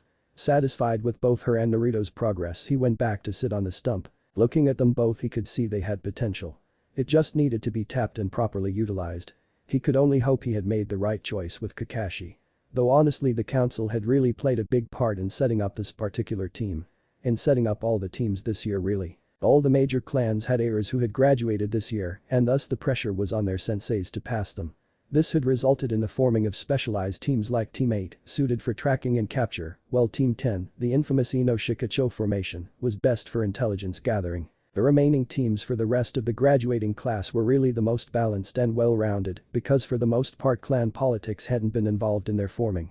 While specialization was great, it also had its pitfalls. Having a team of ninja that were well-rounded but each member had different things they specialized in was best. This increased a team's chances of survival in the field because they had much more to rely on. It's part of what made his student so great. Team 7 was decidedly, in his opinion, the most dysfunctional and unbalanced team. The team had been formed for only two reasons. To have a powerful ninja watch over the Kyuubi Jinchuriki and be able to subdue him if necessary, and have the last known Sharingan user in the village available to train the last Uchiha in his own Sharingan if he ever received it. Though the last reason also had the hidden objective to observe whether or not Uchiha Sasuke would remain loyal to the Leaf Village. Adding Haruno Sakura onto the team instead of Yamanaka Ino, who was the top Kunoichi of their year, had been a decision made to avoid the high level of danger that would come from being on such a team. He wouldn't lie and say it didn't irritate him that Haruno was essentially sacrificed because she came from a civilian background, thus to others she was considered expendable. The information he had gotten from the academy on all three was decidedly lacking in his opinion, especially concerning Uzumaki and the Uchiha. Naruto's record, while containing grains of truth, was extremely biased. Sasuke's record did nothing but sing the boy's praises with hardly any negative remarks, which was suspicious since he had observed the boy himself on more than one occasion and he had antisocial behavior and an obsession with killing his brother. And Sakura's record had a parallel with many of the class's kunoichi, an obsession with boys and their looks instead of a focus on their ninja skills. While he knew it was a natural thing for girls to be interested in boys and romance, it was another thing for them as aspiring ninja to put that over training that would help them survive. He was both annoyed and surprised that no one had taken the time to address this with him before it had the chance to get out of control. It was a problem that could later get those girls killed in the field. He had no doubt it was part of the reason there weren't that many female jonin or anbu. Once they figured out exactly how dangerous things could get, it was either too late or they were more interested in settling down and having a family instead of advancing in their career. It was just one of the many things he needed to fix inside the village. Breaking away from his thoughts, he returned to looking at Naruto and Sakura train. They had both improved in throwing their shuriken after utilizing the tips he had given them. He looked forward to seeing what they would make of their ninja careers. Hiruzen watched as Naruto moved to try and hit the targets on the pole. "What am I going to do about you, Naruto?" It didn't take an epiphany for him to know he had failed the boy. He inwardly sighed in frustration. It was another failure he could add to a long list as the Hokage of this village. Not for the first time he questioned the wisdom of the Nidaime to name him as his successor. So many things had slipped right through his fingers, and what had he done to correct them? Hardly anything worth mentioning. He had no doubt his predecessors felt ashamed of his inaction. Letting Orochimaru escape, the Uchiha massacre, Danzo and Naruto. All things he had the power to rectify, to do something about, but had only participated from the sidelines, contributing almost nothing. Hiruzen took out his pipe. Filling it with tobacco, he lit it with a small fire jutsu before taking a long drag, closing his eyes as the nicotine took effect. Exhaling, he opened his eyes to see both Naruto and Sakura competing to see who could hit the most targets across the pond. He smiled at the growing friendship between them. He felt relief knowing that their team had a stronger chance of succeeding. Calmly smoking his pipe while watching the two graduates, his mind slowly drifted back to his previous thoughts. He hated to acknowledge it, but things had all started to go downhill when he allowed Orochimaru to escape. That he had committed atrocities in and outside the village making him a traitor hadn't changed the fact that he was his student. A fact that had weighed heavily on his mind when he fought him that day. When all was said and done, all he could think was that he should have let Minato handle Orochimaru like he had asked. But Hiruzen had wanted to see the truth for himself, to truly see with his own eyes how far his student had fallen. It had been almost 2 decades, and he still wondered how he had missed the signs. Why hadn't he noticed what was going on with Orochimaru? Hell, why hadn't he noticed all the things that had been going on with his students? One was a missing nin hell-bent on destroying the village, the other so jaded and broken she spent her time wandering the continent, gambling away her family's fortune, and the last had turned into a hermit that rarely visited unless he called him back or it had something to do with his spy network. Then there was the Uchiha massacre in Danzo. He truly believed the massacre could have been prevented if he had been given the time he'd needed to complete the peace talks. Yet, his authority had been usurped and a young boy had been manipulated into doing something no one should ever have to do. He had managed so far to keep his promise to Itachi to keep Sasuke safe. Still, what he really wished to do was find some way to help Itachi return to the village and restore his name. As it were, if he didn't do something soon, one or both of the brothers would be dead and by each other's hands no less. And Danzo. He felt a twinge of pain as he gritted his teeth around the pipe in anger. Taking a long drag, Hiruzen released the smoke, letting some of his anger go away with it. That man was more than a thorn in his side or eyesore. He was a kunai posed at his back ready to kill him whenever possible. So long ago he had held respect for the man, he had been a close friend to him, almost like a brother. However, the moment the Nidaime had named him Hokage, their friendship and trust had soured. Hiruzen had truly tried to work with Danzo to make the village better, stronger, even though he knew Danzo would prefer it if he stepped down as Hokage and gave the position to him. Still, out of respect for their once friendship and time as comrades, he had done his best to show Danzo that he was willing to listen to his ideas. That was part of the reason he had placed him on the council as one of his advisors and made him the commander of Root. In the end, it had all been for naught. If anything, those decisions had cost him, making it possible for Danzo to undermine him. The Uchiha massacre, though, had been the final straw. It was then he truly realized that his old friend was truly a different man than he had thought he knew. Someone so jaded by the wars in which they had grown up in that it had become his permanent mindset for how the village should be run and maintained. His eyes had been opened to exactly what Danzo thought of him. That he was fool to be played, someone not fit to run the village and to be undermined whenever possible. Yet, he wasn't as much of a fool as Danzo thought he was. For one, he was well aware the man was still running Root even though he had ordered him to disband the organization. The massacre had taught him that he could no longer afford to be as inattentive as he had been previously, simply going through the motions as he looked for a successor. Since then he had been slowly building a case against the man preparing to take him down as soon as possible.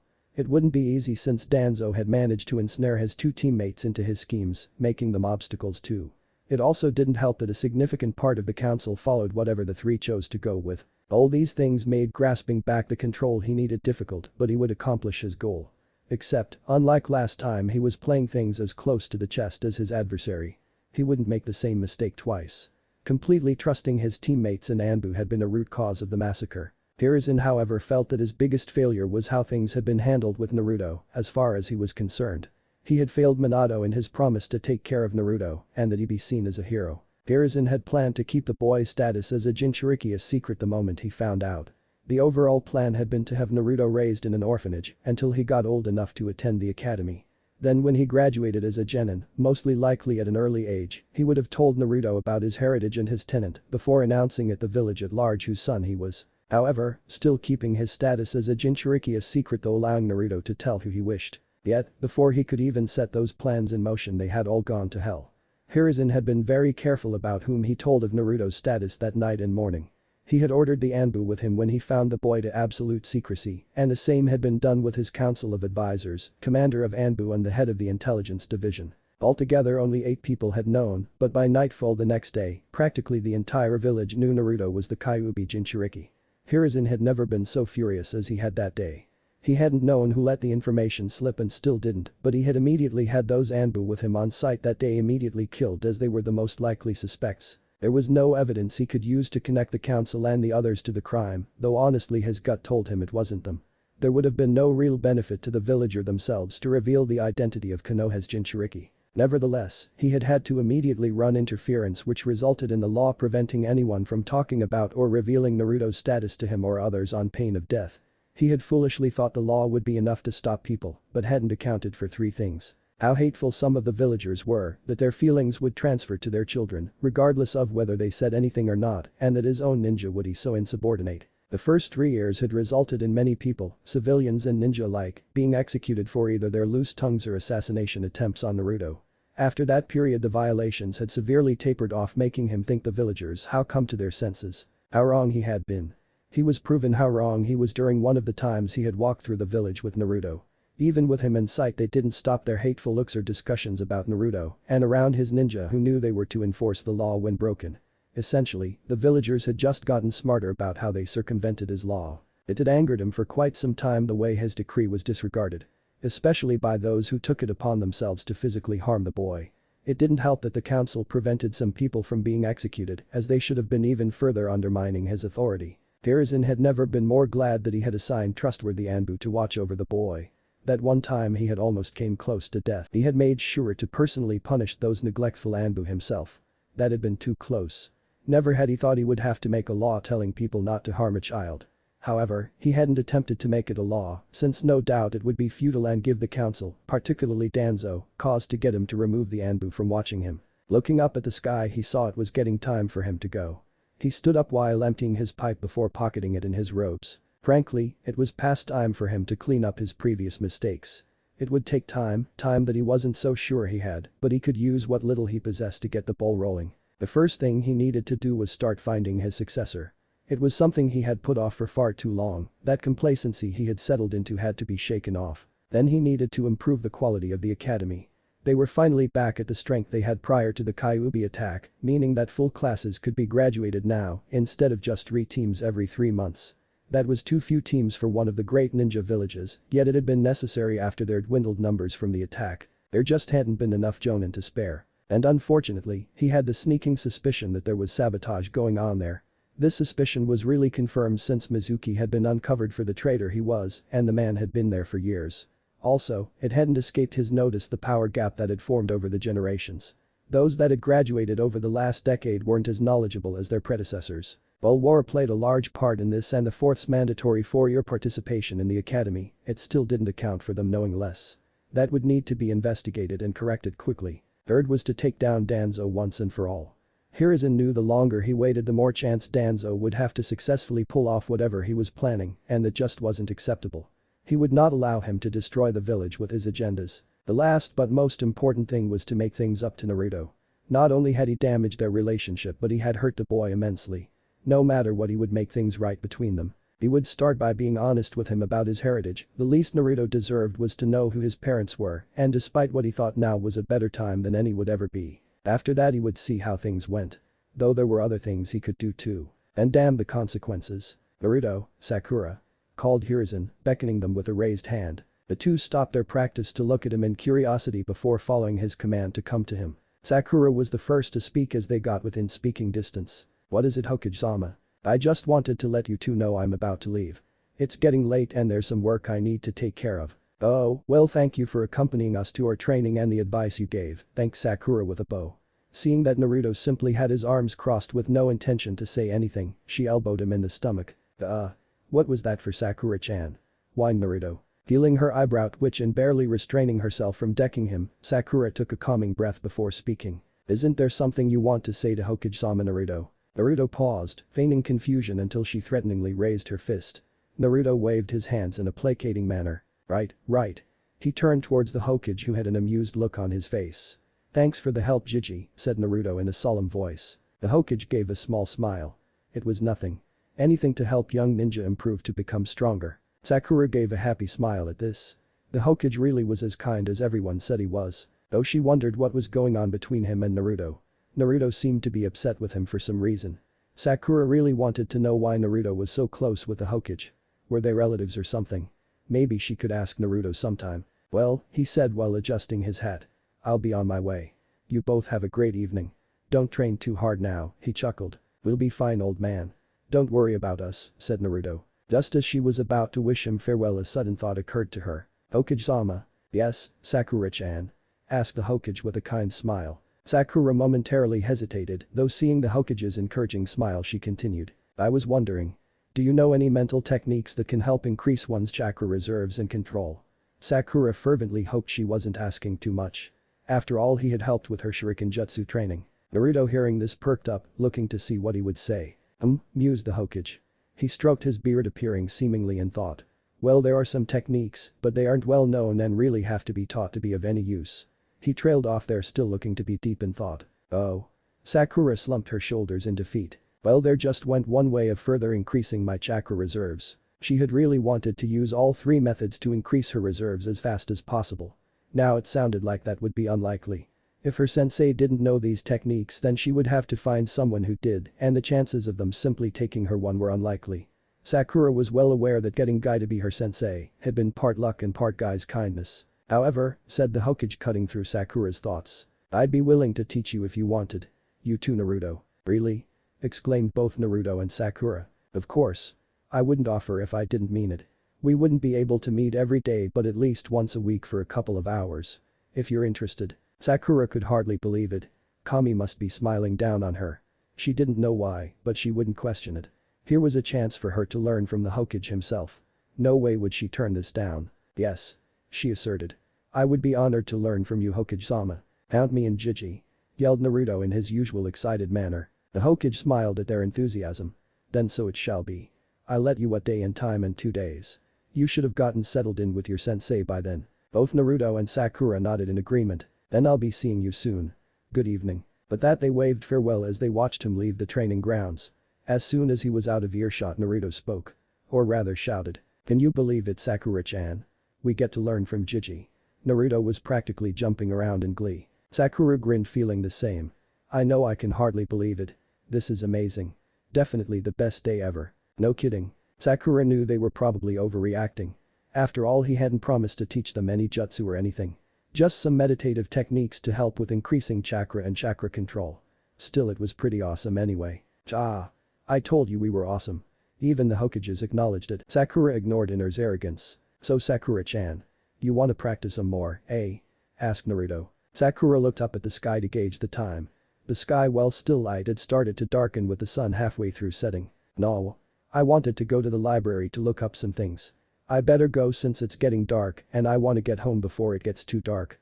Sakura gave an apologetic smile. She could see that Naruto was upset that she was leaving. "Oh. Okay then. I'll see you tomorrow, right? For orientation?" "Definitely. I wouldn't miss it for anything." At this Naruto perked up, giving her his infamous foxy grin.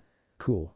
Then I'll see you there. Soon they parted ways, with Sakura going towards the library and Naruto off to Ichiraku for more ramen. Sakura couldn't help but shake her head.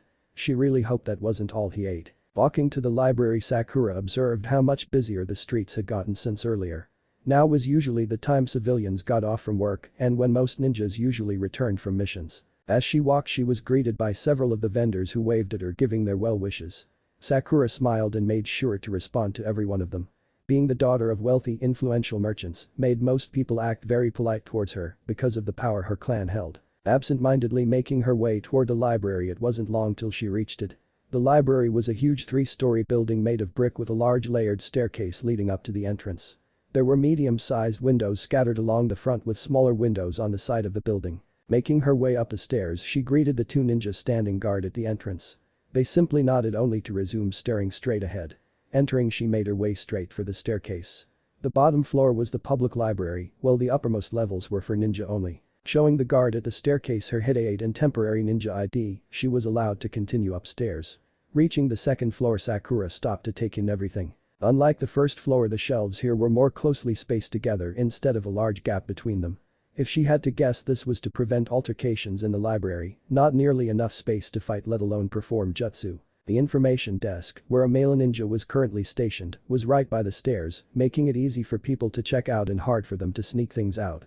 There were small tables with chairs positioned all over the floor, along with small alcoves, allowing for private individual study between shelves near the back. Since this was her first time here, she went straight toward the information desk to get an idea of where to look for what she needed. Approaching the desk, she smiled at the bored-looking man leaning on the desk. "Hello." The clerk gave a tired smile. "Hello, how can I help you today?" "I was looking for information on chakra control, medical ninjutsu and jinjutsu," asked Sakura politely. "Sure thing. Follow me." The clerk moved from behind the desk toward the shelves, with her following after him. He kindly showed her how the filing system worked so she could find information on her own next time she visited. Then he guided her to the information she was looking for before leaving her to her own devices. Sakura meticulously picked out several scrolls and books on the 3 subjects she needed information on.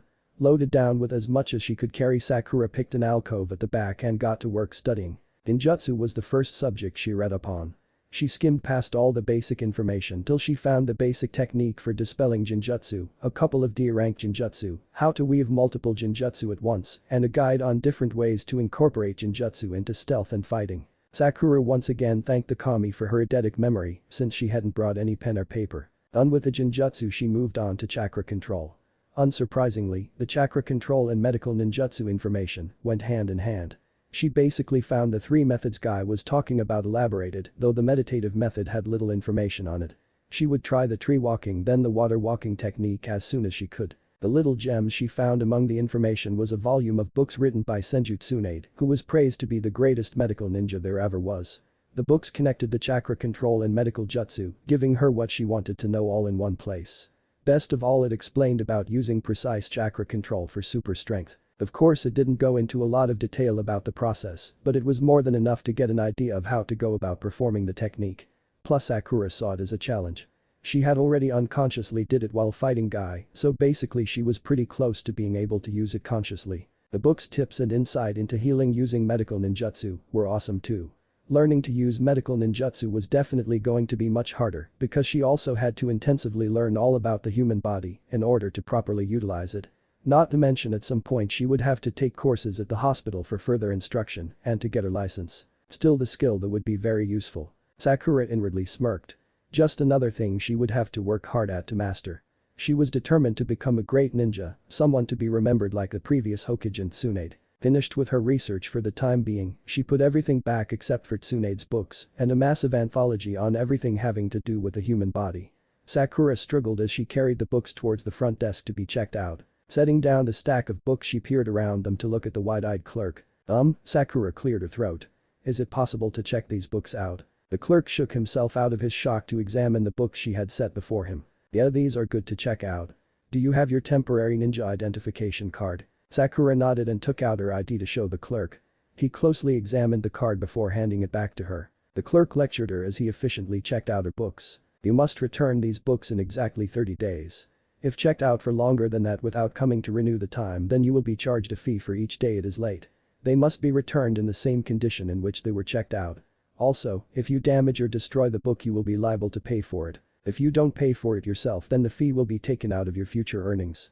Do you understand and accept these terms? Yes, I accept them. Alright then sign right here and you're free to go. Sakura signed the form before accepting the books from the clerk, who had been kind enough to put them in a strapped bag. Thanking him for his assistance she made her way downstairs. After having her identification checked for a second time, Sakura made it out of the library and on her way home. Looking up at the darkened sky and then at a clock that displayed the time as 7 o'clock, Sakura realized she had stayed at the library much longer than she had planned. She would attempt to try out what she had learned tomorrow. Quickly she made her way home. Arriving home, Sakura checked her mailbox to see a letter addressed to her from her parents. Unlocking the front door, she stepped inside before locking the door behind her and taking off her sandals. Temporarily setting her books down by the door, she went about methodically checking each room in the house for intruders. Satisfied that the house was clear, she picked up the bag and letter, then made her way upstairs. Flipping the lights on and setting the books down on her desk, Sakura sat on her bed to read the letter. It was short and to the point. Her parents found out they would actually be home in 2 days, and they had a surprise for her. Sakura smiled. Her parents always had brought back something exciting from their trips. She would be glad when they finally arrived home. She always missed them when they left on business. Putting the letter aside, she went downstairs to the kitchen to prepare a quick dinner. Searching through the fridge, she found all the ingredients needed for a hearty sandwich. Gathering the ingredients together, she made 2 nice big sandwiches loaded with ham, cheese, tomato and lettuce with mayo and mustard. She ravenously scarfed them down with a glass of homemade juice. Nice and full, she washed her dishes before going upstairs to her room. Sakura walked into her bathroom and began running a hot bath. Leaving the tub for a moment, she removed her ninja gear, forehead protector and scrolls containing her purchases. Gathering her pajamas, she walked back into the bathroom and turned off the water before setting down her clothes. Stripping out of her sweat-soaked outfit, Sakura happily sank into the tub full of hot soothing water. She simply soaked for a couple of minutes, letting her muscles relax. Feeling more relaxed, she began to clean herself along with her hair before stepping out of the tub and drying off. Dressing in her pajamas, she grabbed her brush off her dresser before sitting on her bed. Slowly and carefully she began to brush her hair, brushing through the tangles and releasing the tension held in her body. For as long as she could remember, getting her hair brushed or combed had always relaxed her. Even as she brushed her hair to a nice glossy sheen, she could feel herself getting drowsy. After having to shake herself awake a couple of times, Sakura set the brush on her nightstand. Pulling back the covers, she snuggled underneath about to drift off to sleep before suddenly remembering she had to set her alarm clock. Hurriedly setting the clock before she fell asleep, Sakura laid back down on her bed. Just before she succumbed to the lull of sleep, Sakura briefly wondered who would be on her team tomorrow. Though maybe more importantly who her sensei would be. The sun slowly rose over the horizon, shining light on the village of Konoha. All over light shone through windows into homes and businesses. One place the light hit was an apartment complex on the eastern side of the village. The light filtered strongly through the blinds of one particular tenant of the building. Feeling the light on his face, a man stirred, throwing one of his arms over his face to block the sun. He groaned for a few seconds before letting his hand fall from his face and sitting up. A sigh escaped the lips of one had Kakashi as he rubbed his face trying to shake off sleep. Kakashi was not looking forward to today. If he had his way, he would much rather lay back down, go to sleep for a couple more hours, wake back up, spend a few hours at the memorial stone, and spend the rest of the day reading the latest Icha. Instead, he was expected to pick up a team of fresh genin and get to know them before testing them on their readiness to be ninja. While he was happy at the prospect of seeing Sensei's son after so many years, it didn't change the fact he had to test him and his 2 classmates on possibly becoming his students. And frankly, Kakashi wasn't interested in teaching anyone, even Sensei's legacy. After the loss of his teammates and his sensei, getting close to anyone just didn't seem like a good idea, especially considering the profession of ninjas where one mission could be the end of those you cared about. After his sensei and his wife's death, he had emotionally checked out. Not to say he wasn't well on his way there after losing Obito and Rin, but the last family he had ever known had been ripped away from him. They had kept him afloat when all he had wanted to do was drown. But with them gone, he had thrown himself wholeheartedly into Anbu to serve the village and nothing else. Kakashi had known about Sensei's son and the burden he carried. Yet, his emotional state at that time had made it a bad idea for him to try and raise the boy. Not to mention the fact he wasn't nearly old enough to raise him, nor did he have any clue about how to do it. All he could offer Naruto was protecting and watching over him as an Anbu and occasionally offering comfort when he wasn't sent outside the village on missions. He truly dreaded when Naruto would figure out the connection he had to his father. The boy would no doubt wonder why he hadn't stepped in to take care of him growing up. He could give 1,000 excuses, some of them valid, but he would always feel guilty for how terrible life had been for Naruto so far and that he hadn't been there to properly help him through it. Kakashi had no doubt if he acquired a team he would become emotionally attached to them, thus making it all the worse when something tragic happened to them. He would end up blaming himself and be consumed by his despair. No amount of therapy would be able to help him overcome such a thing twice. Sighing, Kakashi threw off his covers before slipping out of bed onto his feet. Stretching with a yawn, he left the bedroom out into the hallway towards the bathroom to get ready for the day. 20 minutes later he emerged with a towel wrapped around his waist, having shaved, showered and brushed his teeth. Entering the bedroom, Kakashi opened the closet to pick out one of the many identical uniforms he wore on a daily basis. Quickly dressing and strapping on his gear, he walked out into the living room kitchen set up at the front of his apartment. He was greeted with the sight of his Ninken sprawled all over the living room floor and furniture. At his entrance, most of them briefly opened their eyes to acknowledge his presence before going back to sleep, while the rest gave him a nod. He waved back as he headed into the kitchen to fix some coffee. As he waited for it to brew, he sat down at the kitchen table, where several files were spread out that he had been looking over for the past few days. The files of Haruno Sakura, Uchiha Sasuke and Uzumaki Naruto, the proposed Team 7. If he could describe this team from their files in one word, it would be disaster. The team was an accident waiting to happen. While it somewhat followed the age-old tradition in Konoha of setting up the graduating class's 2 best students with the worst student. As far as things went, this setup showed that while such a thing looked good on paper, it would probably be a disaster in execution, barring a few exceptions. Though Kakashi was more than positive that nothing would have changed anyway, even if Yamanaka Ino, the top kunoichi of the class, had been put on the team like she was supposed to be. Yet, the council had wanted the Ino Shikacho formation that had been made infamous by the children's parents. Where to start with what was wrong with this team? For one, their skills overall were lacking, but that was the same as every team he had been handed since the Kyuubi attack. Really, it was past time for the academy to be both reviewed and reformed to improve the quality of ninja graduating, because this was just pathetic. All these kids seemed to know was the bare basics. The henge, bushin, replacement, basic shuriken jutsu, survival, escape and stealth training and taijutsu. That was it. Most of those things took only a year to learn, yet these kids had been there for 4 years, and it was all they had to show. He had learned that much and more during his brief time at the academy, his prior training before entering aside. No other ninjutsu had been taught to the students, meaning aside from clan children, the rest knew only 3 jutsu, which just wasn't good for a beginning genin survival. Then there was the fact they didn't know any genjutsu or even the method to dispel them. Truly, there was something wrong with the current curriculum. Then there were the files on the 3 genin themselves. Haruno was lauded as a genius, at least intelligence-wise. She had the highest ever written score in academy history, her scores only matched by one Uchiha Itachi.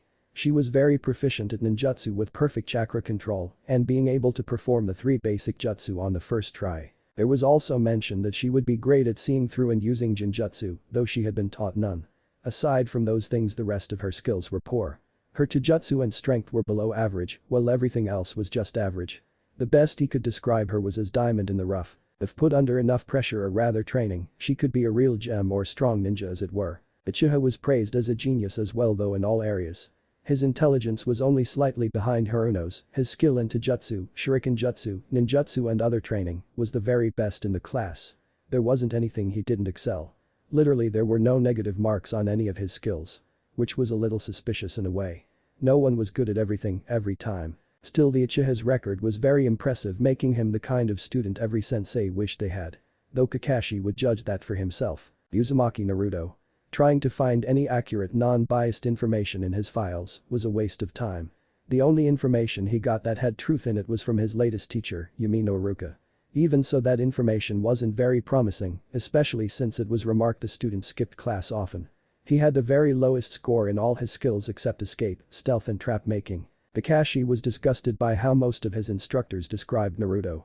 Son of the late Yondaime or not, no one had the right to look down on or treat a child in such a way. It was just another case for why the academy needed to be reformed. And last was their psychological profiles. Sakura could basically be summed up in one word. Fangirl. According to her file, her sole interest seemed to be Sasuke Uchiha and nothing else.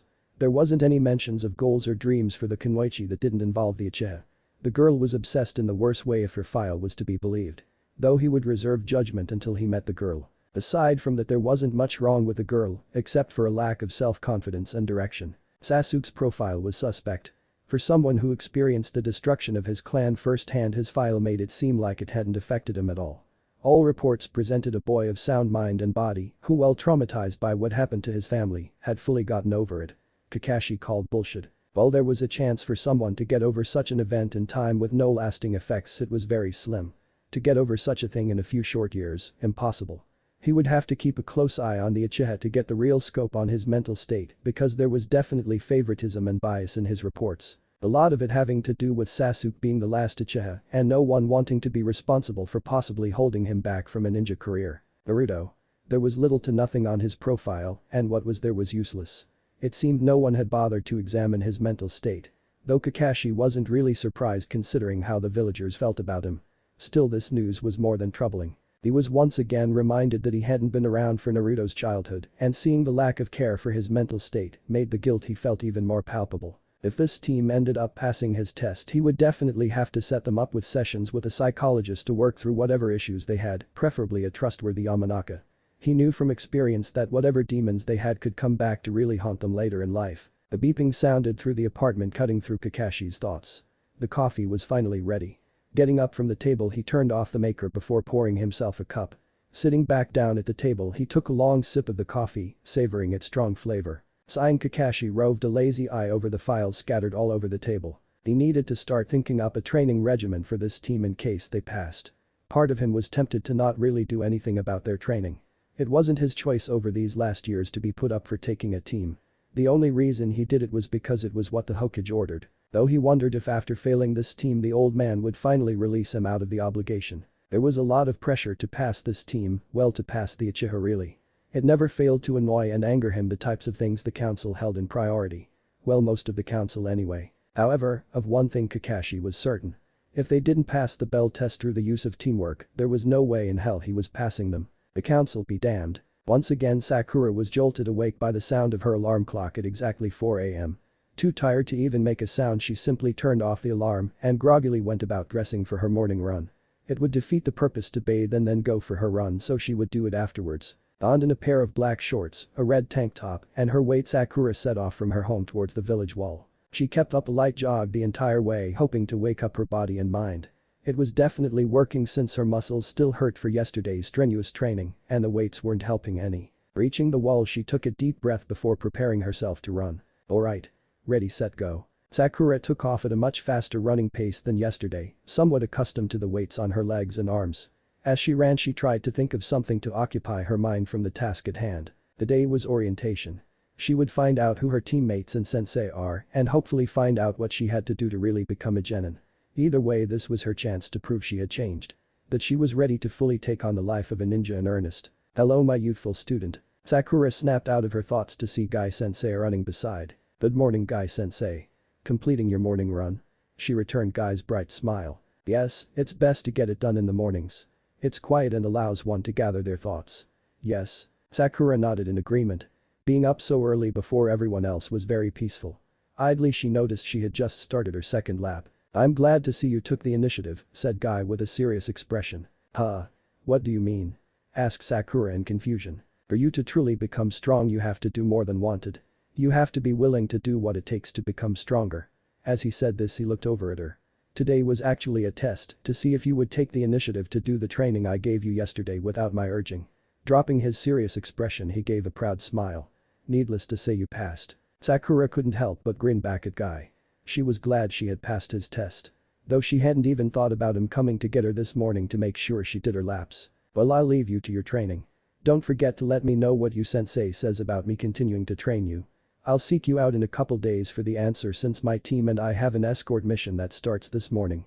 Lee overdid it yesterday, which is why he isn't out here this morning. He needs to save his energy for the mission. Sakura nodded in understanding. She had just been about to ask him where Lee was. Alright. I'll make sure to ask my sensei. Good luck on your mission. Sakura waved at Guy as he took off ahead of her. Thank you. And stay youthful, my young student. Sakura shook her head as she grinned. She wondered if she would ever get used to his and Lee's exuberant behavior. Thoughts of her future helped carry her through her last relapse. Once finished, she headed home at a leisurely walk, regretting not taking a bottle of water with her. She was so thirsty. Sakura's muscles felt as strained as they did yesterday, but she didn't feel as bone-tired, with the need to immediately drop to the ground out of pure exhaustion. Reaching home, the first thing she did was head straight to the fridge to gulp down as much water as she could stand. Thirst quenched, she went upstairs to the bathroom and stripped down before stepping into the shower. Sakura sighed in bliss as she washed the grime off her body and relished in the hot water, beating down on her, soothing her muscles. 15 minutes later she stepped out wrapped in towel and brushed her teeth before entering the bedroom. Finding the scroll containing her purchases, she unsealed it. Organizing everything into appropriate piles, she took note of everything she had bought. Okay, I've got my kunai, shuriken, ninja wire, exploding tags, smoke bombs, bandages, soldier pills, food pills, blood replenishing pills, sleeping bag, tent, iodine, first aid kit sealed in a scroll, boots, clothes, and a bingo book. I wonder will I need all this stuff today? Oh shit. What time is it? Sakura checked the time and saw she only had 20 minutes to get to class on time. Quickly she dressed in her new clothes before applying her guards and equipping most of the ninja gear she had bought, including the bingo book. She completed the look by hurriedly brushing and braiding her hair before tying on her head aid. Slipping on her boots, Sakura took a moment to observe herself in the mirror. She definitely looked different, fiercer if she said so herself. Sakura grinned at her reflection. Now I just need the skills to go with the look. Checking the time, she saw she had 10 minutes left. Double checking that she had everything she would need, Sakura left her bedroom grabbing something quick to eat on her way to orientation. Grabbing an apple, 2 oranges and bottle of water, she set off to the academy. It was bright and sunny today with hardly a cloud in the sky.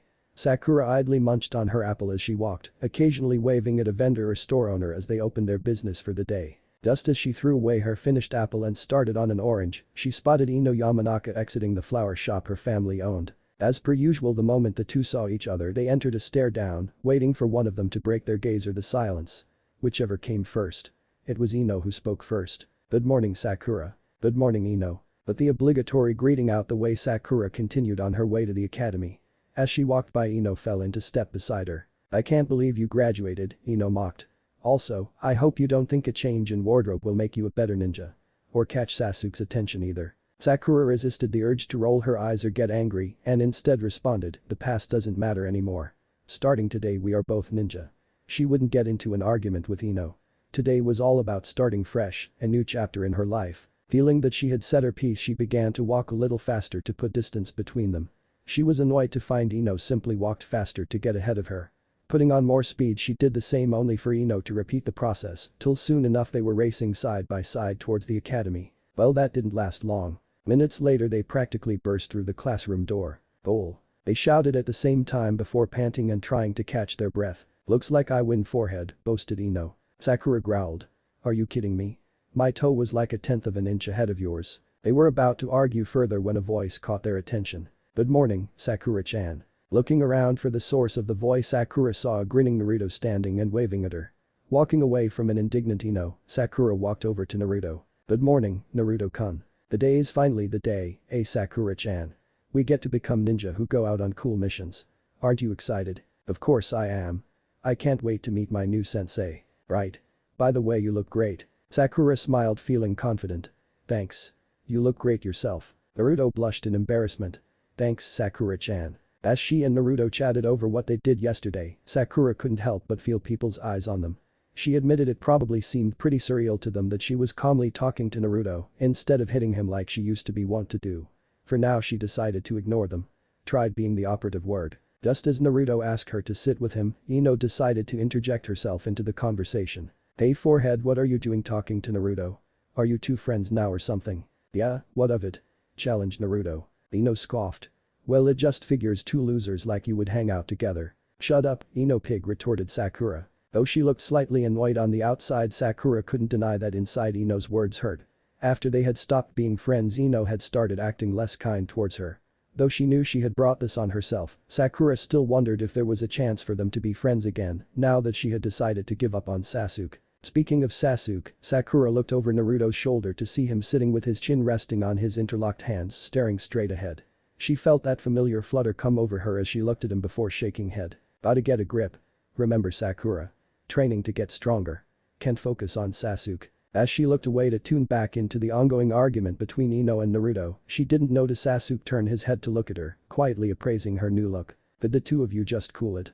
If Iruka-sensei sees us arguing, he'll be highly upset. Sakura tried to reason. Whatever. It's not like you guys are worth the trouble anyway.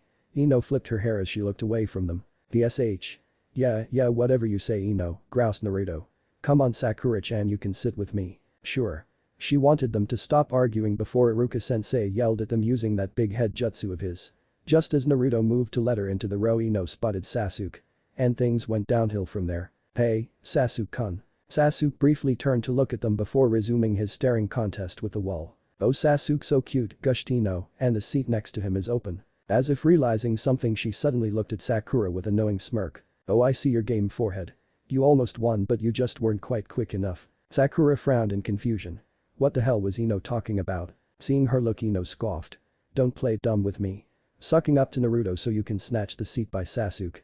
It's the only way you suddenly being nice to Naruto makes any sense." Too bad it failed. Naruto looked between Ino and her, looking hurt and confused. "Shut up, Ino. That's far from the truth. Me sitting with Naruto had nothing to do with Sasuke," yelled Sakura, finally losing her patience. The nerve of her. Even if she had wanted to sit next to Sasuke, she wouldn't have used Naruto to do it. That would just be cruel. Ino scoffed.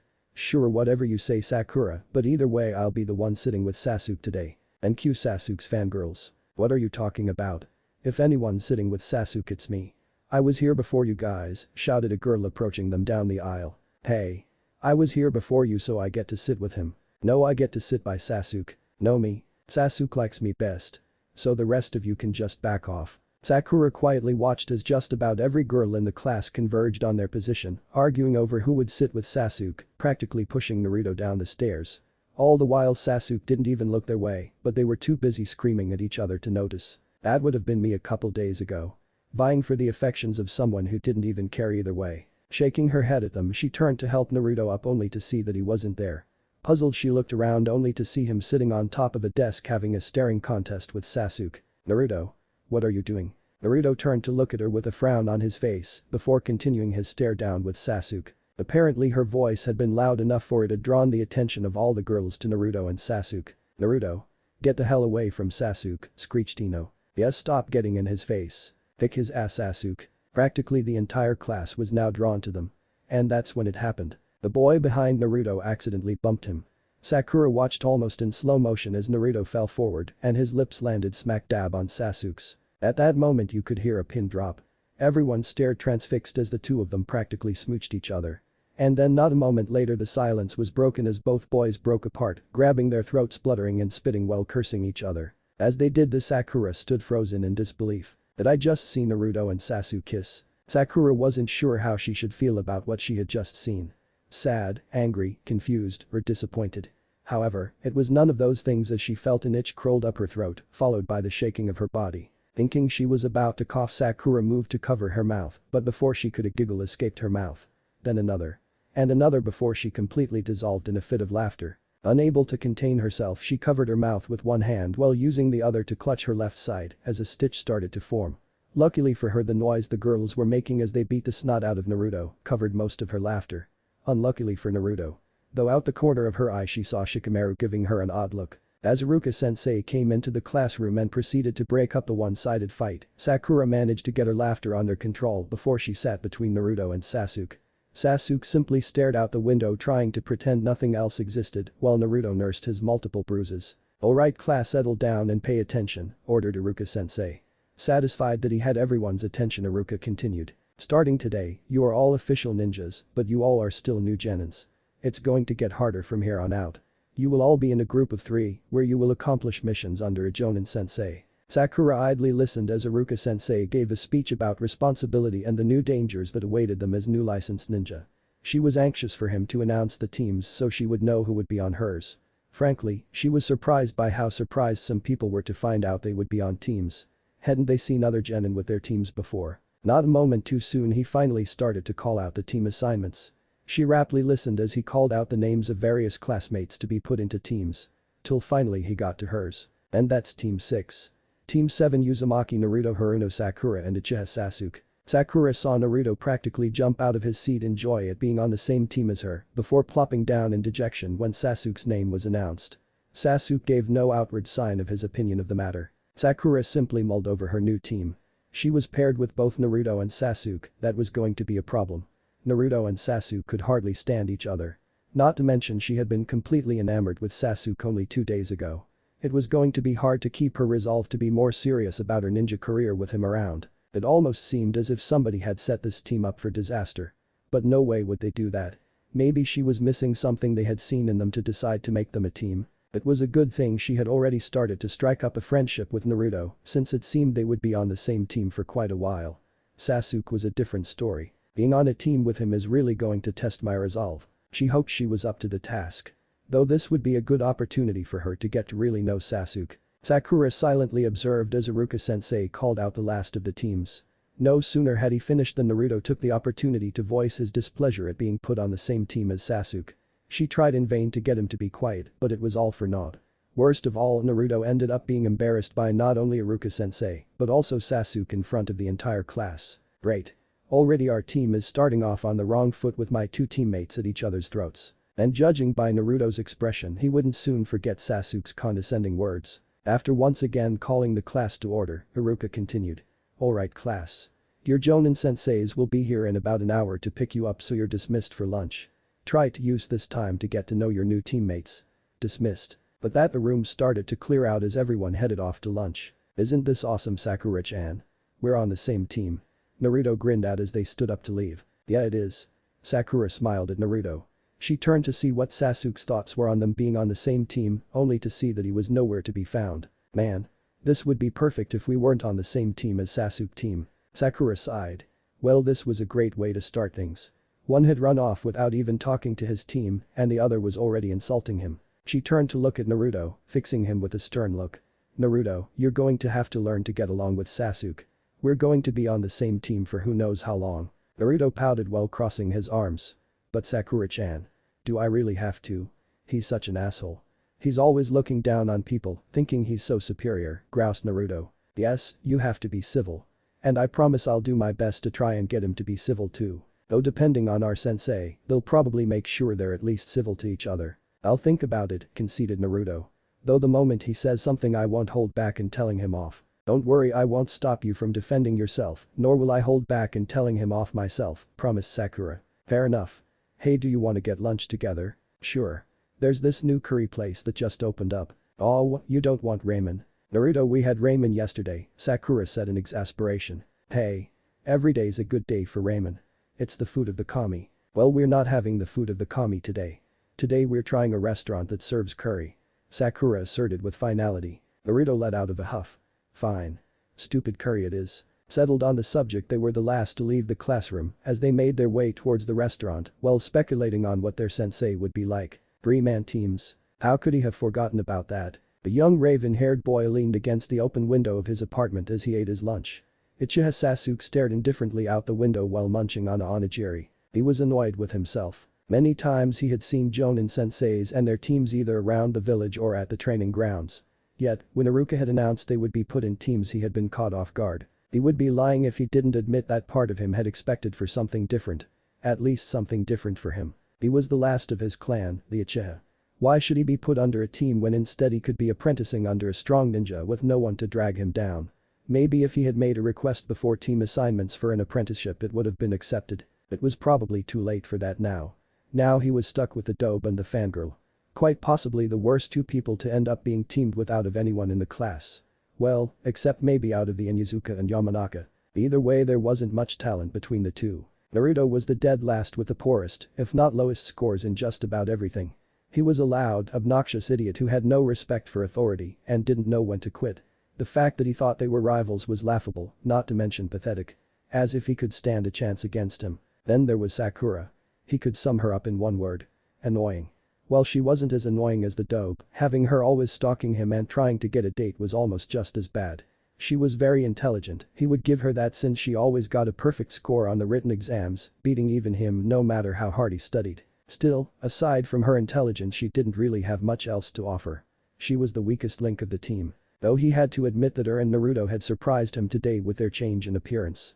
Sakura was actually wearing an outfit suitable for training that wasn't totally girly, while Naruto was finally wearing clothes that didn't make him and other ninjas instantly cringe at the bright colors. Sasuke was glad to finally see the end of that obnoxious orange jumpsuit. He'd also been surprised at how nice the two had been to each other. Even going so far as to sit and talk with one another civilly. That had shocked him more than anything. Not 3 days ago Sakura had barely tolerated Naruto, going so far as to punch him whenever he tried to sit near her or did something stupid while she was around. Well, whatever was going on between them he'd find out soon enough. Sasuke took another bite of his onigiri, munching on it agitatedly as he looked out the window. Idly he spotted Team 10 on a roof adjacent to him having lunch together. He could hear Ino loudly dictating to her team that they were to follow her lead. Sasuke scoffed. He wished Choji and Shikamaru all the luck in the world in dealing with that girl. Turning away from them, he checked the clock on the wall of his living room.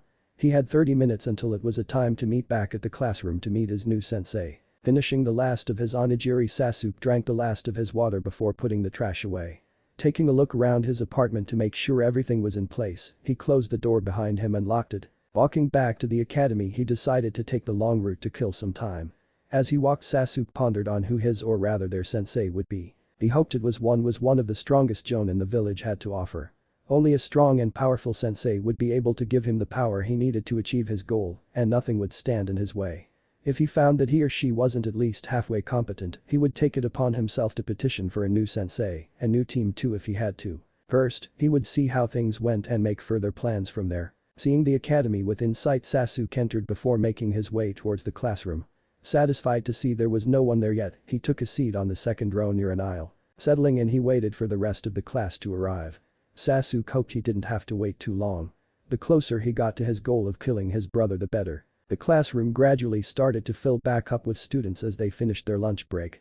Some of the students entered with their team, happily chatting away with each other, while other teams entered either arguing with each other or avoiding talking to one another.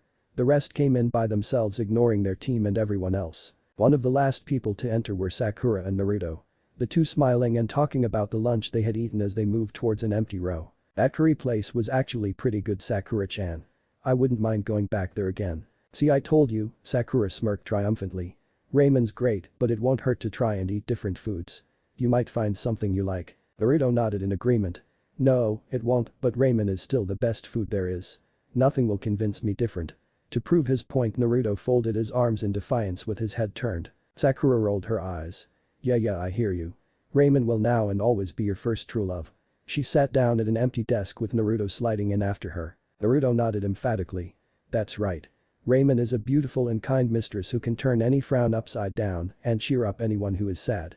She is delicious, loyal and will never hurt you, he said with his eyes closed, chest puffed out and a finger in the air as he dictated the qualities of ramen. There was a short pause before they both burst out laughing at his ridiculous statement. Their laughter drew a few eyes, though they eventually turned away when they couldn't figure out what was so funny. Naruto and Sakura simply grinned at each other. Their lunch had been full of fun and laughter as they got to really know one another. Sakura told Naruto about her childhood and what it was like being part of a clan. Sakura had been more than a little flattered by how rapt his attention was on her story. She honestly hadn't thought her childhood was that interesting. However, when they got to Naruto telling his childhood, there was a lot of blanks. He seemed to focus more on certain events like the times he spent with the Hokage, meeting Tuchi and AM, and meeting Iruka-sensei, while skimming over just about everything else. Of course, plenty of his storytelling was dedicated to all the pranks he's pulled with detailed descriptions of how he did them. Sakura hadn't been too surprised by his behavior. It hadn't escaped her notice how badly the villagers treated him, even though she had chosen to ignore it along with him. She had no doubt their actions and behavior had affected him in some way. How much or how little she didn't really know. Sakura hadn't really expected him to spill his life story or reveal all his secrets, they didn't know each other that well. Yet, she knew it would take time before he opened up about certain things in his life, if ever. Though after the brief time they had spent together before today and yesterday, she was looking forward to really getting to know the real Naruto, and not just the idiot he pretended to be. Sometimes, Sakura couldn't help but feel ashamed of her treatment of Naruto over the years as she got to really know him. While he had been annoying, that had been no excuse for her to be violent towards him. She knew her parents would be disappointed in her if they were to ever find out they had raised her better than that. Out of the corner of her eye she caught Sasuke's eye as he briefly looked in their direction before turning away. Sakura inwardly sighed. She had hoped he would approach them to get to know his new team or at least greet them. It was the least he could do after disappearing the moment the class was dismissed, but no such luck. She turned her focus back towards Naruto, who was in the process of telling her about the time he pranked a team of jonin and tricked each of them into thinking a teammate was responsible for it instead of him. His reasoning for pranking them was because they had literally kicked him off of a training ground because they wanted to use it instead of finding another one or asking him nicely. So I sneaked into the team leader's place and put this orange dye in his shampoo. His traps were easy to dismantle and put back together. After that I went to the next guy's house and put itching powder on his kunai and shuriken. Getting into his apartment was easy since he lives in the same complex that I do. The other two had houses and they weren't easy to get into, so I had to get them while they were out. So Sakura listened as Naruto described how he pranked the whole team for a week, which eventually resulted in a free-for-all fight between all four members at a training ground that had to be broken up by another team before they all ended up killing each other. Through it all, Naruto had been a silent puppeteer who got to watch the fruits of his labor without any repercussions. At least that's what Naruto said. While the whole situation seemed kind of mean since the team nearly ended up destroying each other, she couldn't deny the hilarity of the pranks he played. She thought the one where he put super glue in one of the guy's sandals after he had been caught in the rain was the best. The guy went the whole day without knowing his feet were stuck to his sandals, simply thinking the wetness he felt when he put them on in morning was leftover rain from the day before. That assumption was violently shattered when he tried to take them off and had to go to the hospital to get them removed. Sakura was just about to tell an eager Naruto about a trick she had played on Ino when Iruka-sensei entered the classroom and made his presence known. "Alright everyone, I hope you had a great lunch break and enough time to get somewhat acquainted with your new teammates. In a moment the senseis will be coming to pick up their teams, so make sure you pay attention and listen for your team being called." No sooner had he finished speaking when there was a knock on the classroom door and a man with black hair, sunglasses, and a forest green trench coat stepped in. If Sakura didn't know any better, she could swear she was looking at a grown-up version of Shino, except with black hair. Iruka-sensei seemed to be frozen for a moment before he straightened and gave a warm smile. "Ah, here's a sensei now. What team are you looking for, Aburam-san?" "Aha. So I wasn't too far off the mark. The guy's a relative of Shino's. A cousin maybe." The Aburams all had a tendency to wear sunglasses and large coats. She had no idea why, but most clans had some quirk or other that all members shared in one form or another. "I'm here for Team 5, Aburam-san said in a quiet but strong voice. Sakura watched as the members of the team made their way to their new sensei. They seemed both nervous and excited at meeting him. When they were finally in front of him, he simply nodded, told them to follow him, and made his way out of the classroom with them trailing behind. The hush had fallen over the entire class the moment the sensei showed up, but as soon as the team was gone, the quiet was broken as people talked either about the team or what their own sensei would be like. However, this didn't last long as more and more senseis arrived to pick up their students. She watched as the Hokage's son came and collected Ino's team, and a woman with black hair, red eyes and a red dress wrapped in bandages came and got Team 8 consisting of Shino, Kiba and Hinata. Little by little the room started to empty as team after team left till only Team 7 remained.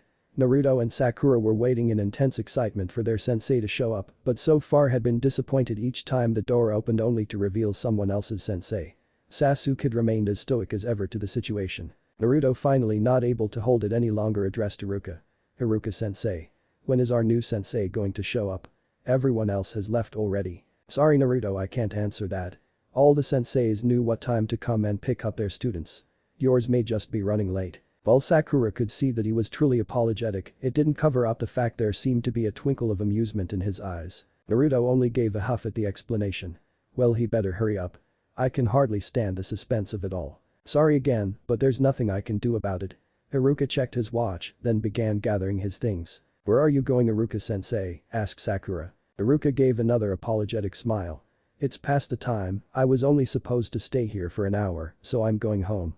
He finished gathering his things before making his way to the door. "You're going home? Why can't you stay until our sensei gets here? Or better yet, go track him down and tell him to hurry up and get here," shouted Naruto angrily. "Like I said, your sensei knew what time to be here, so there's nothing I can do if they're late. Also, I have things I need to do. Just cause your class graduated doesn't mean I don't have papers to grade. But let me know how things went with you, sensei, when you get the chance." Iruka flashed them a smile, then hurried out of the classroom, leaving them on their own. "Oh man. I hope this guy shows up soon," said Naruto. Sakura couldn't help but silently agree. 2 hours later and their sensei still hadn't shown up. Meaning they had been waiting a total of 3 hours. Sasuke could barely contain his rage. Naruto was wearing a hole in the floor with his pacing while muttering obscenities under his breath, and Sakura was simply putting her anger to better use by thinking of ways she could get payback on their tardy sensei. During the time they had been graciously waiting for their sensei to show up, Sakura had been looking through the bingo book she had brought with her. While it wasn't her first choice in reading material, it was an interesting read nonetheless. The book listed criminals alphabetically by country to village affiliation. She had started with Fire Country first and was almost finished. Sakura never would have thought a country had so many wanted criminals, let alone Konoha having so missing nins. The worst she had come across so far was an S-class missing nin named Orochimaru. The man had been a former student of the Sandaime and one of the legendary Sannin. He had been charged with crimes against humanity for experimenting not only on enemy ninja and comrades, but also on villagers, adults and children alike. Yet, the things he was wanted for didn't end there, the descriptions of some of the things he had done made her slightly sick. Thank Kami she had such a strong stomach, and her teammates were too wrapped up in themselves to notice when her face had turned pale. Sakura hoped she would never have to run into that guy ever. Human experimentation aside, the fact that he liked to regurgitate things like swords out of his mouth, used his tongue for a weapon, and could summon snakes, was more than enough to gross her out and give her the willies. ARGGHH. When the heck is he gonna show up? Sakura momentarily turned away from the book to see Naruto tugging on the ends of his hair in frustration. Naruto, why don't you sit down? You're only getting yourself worked up more by pacing around, she suggested. Ah. Why isn't he here? Everyone else's sensei has picked them up already, and Iruka sensei has already gone home. It's not fair that he keeps us waiting like this. I know, Sakura sighed, but there's nothing we can do about it since we don't even know who he or she is. HMPH. Seeing that Naruto was pacified for the moment she looked back down at the bingo book. However, it wasn't a minute later she looked up again to see Naruto dragging a small table over towards the door with an eraser in his hand. Naruto. What are you doing? Setting up a little payback for our sensei. If they want to come late, fine. But they have to pay the price for it. Naruto smugly replied as he set up an eraser to fall the moment someone moved the door. Sasuke scoffed. As if a jonin would fall for such a stupid trick. Naruto glared at Sasuke as he jumped off the table and moved it back to its original spot. Who asked for your opinion anyway, team? Sasuke glared right back at Naruto, starting a glaring contest between the two. Sakura simply looked back and forth between the two before shaking her head. While on some level she agreed with Sasuke, it was unlikely a jonin would fall for the eraser in the door trick. She also agreed with Naruto, their sensei whoever he or she was deserved to be pranked, and pranks work best when a person isn't expecting it. Just as she was about to say something to diffuse the tension before it came to blows, a hand grabbed the door about to move it aside. Immediately, they all turned to stare at the door waiting in anticipation to see if the jonin would fall for the trick. The door opened, and the eraser fell right on the head of silver-headed man. For a second they all just stared at him until Naruto burst out laughing. Hahaha. I got you so good. I can't believe you feel for it. Sensei, I'm so sorry, I tried to stop him. Sakura tried to mitigate the situation. Ah. That was so awesome. He got what was coming to him. Sasuke had his head bowed under his entwined fingers. Is this guy for real? How could a jonin fall for such a trick, thought Sasuke. Sakura marked the page in her book, mentally making a note to finish reading it later, before tucking the book away and walking towards Naruto and their sensei. He had wild gravity-defying silver hair that was held back by his hideate which was tied to his forehead, crookedly covering one of his eyes, and he had a mask covering most of his face. He had on the standard jonin attire, and there was slouch in his stance. My first impression of you all is I hate you, the man uttered. Sakura felt not only herself, but her fellow teammates' spirits fall at these words. Without much ado he told them to meet him on the roof in 5 minutes and disappeared in a puff of smoke. Less than 3 minutes later they made it to the top of the roof to see their sensei waiting for them, leaning against the railing. He gestured for them to sit down in front of him and waited until they were seated before he spoke. Alright, now that we're all here. Why don't you introduce yourselves? Sakura frowned. Well, what should we say, sensei? Also, you didn't introduce yourself first. Yeah, what, Sakura-chan said, parroted Naruto. Kakashi extended his hands out while shrugging. You know things like your likes, dislikes, hobbies or dream. And since you've pointed out that I haven't introduced myself, I'll go first. I'm Hada Kakashi. My likes and dislikes are none of your concern.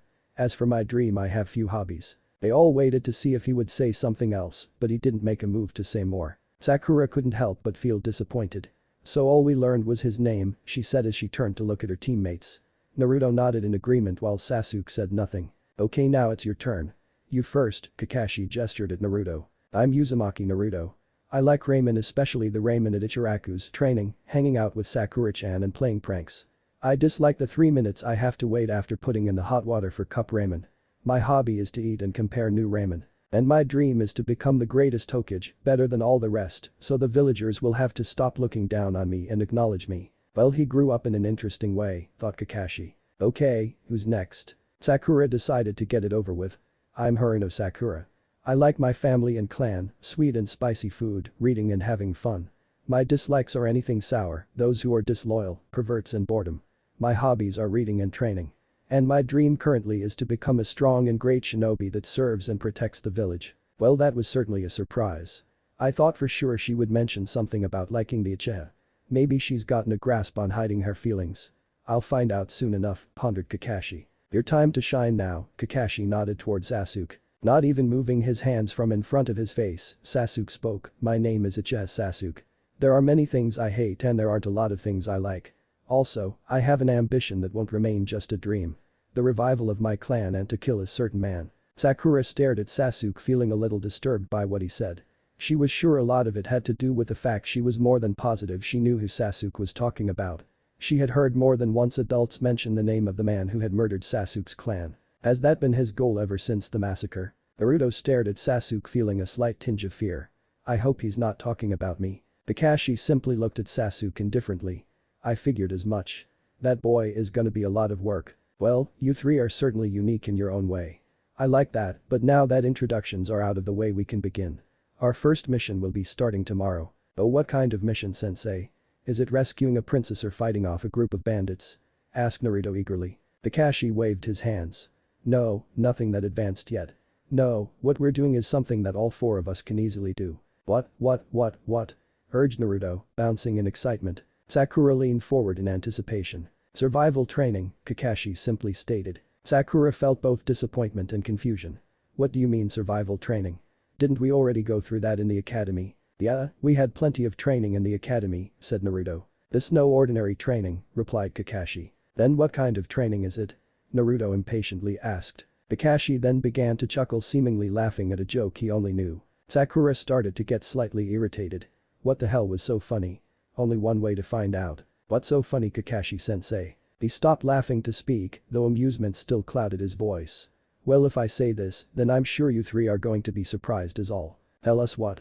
Naruto asked in irritation. Even he was starting to get annoyed by their sensei. Kakashi suddenly became serious and with a piercing stare said, out of the 27 graduates, only 9 will definitely become genin. The other 18 will be sent back to the academy. Meaning this training is a very hard test with 66.6% chance for failure. Naruto started to splutter indignantly, unable to form a proper sentence in his shock. Sasuke made no sound, but there was a definite clenching of his hands and a frown on his face. Sakura, even though she knew there was test, still couldn't contain her shock, but it was mostly from hearing the failure rate. How could only 9 people become genin out of the 27 that graduated? Exactly how hard was this test? See? I told you that you would be surprised, chuckled Kakashi. Naruto exploded. No way. I went through so much just to graduate. What was the graduation test for anyway? That just picks those who are qualified to become genin. What? Anyway, I'm going to determine tomorrow whether you become genin based on if you pass or fail the test.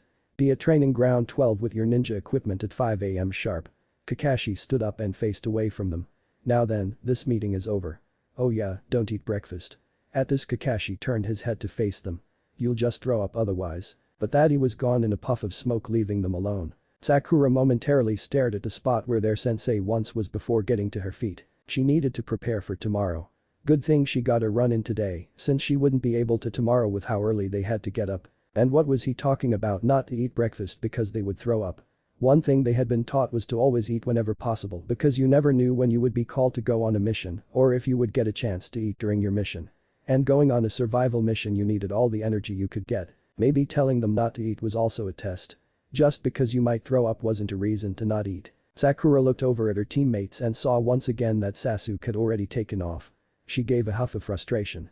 How the hell were they supposed to be a team if he wouldn't stick around long enough to even talk with them? Sakura-chan. Sakura looked up at Naruto with questioning eyes. Do you want to go train together? Maybe we can figure out what kind of test Kakashi-sensei is going to give us. Naruto rubbed the back of his head nervously while giving a grin. Sakura considered the idea. It wouldn't hurt to train with Naruto, after all they would probably be training together a lot now that they were a team. Plus they had a great time at lunch together. Not to mention having some kind of strategy for tomorrow would be best. Sure, why not, she smiled at Naruto. He gave a fist pump with a cheer. Alright. Sakura thought for a moment. If she was going train with Naruto, then she might as well do all of her training while she was with him. Hey Naruto. Yeah? How about we meet at the training ground entrance in about 30 minutes? I need to stop at home and pick up a couple of things. Naruto nodded. No problem, I'll see you in a few. But that they both departed, leaving the roof empty.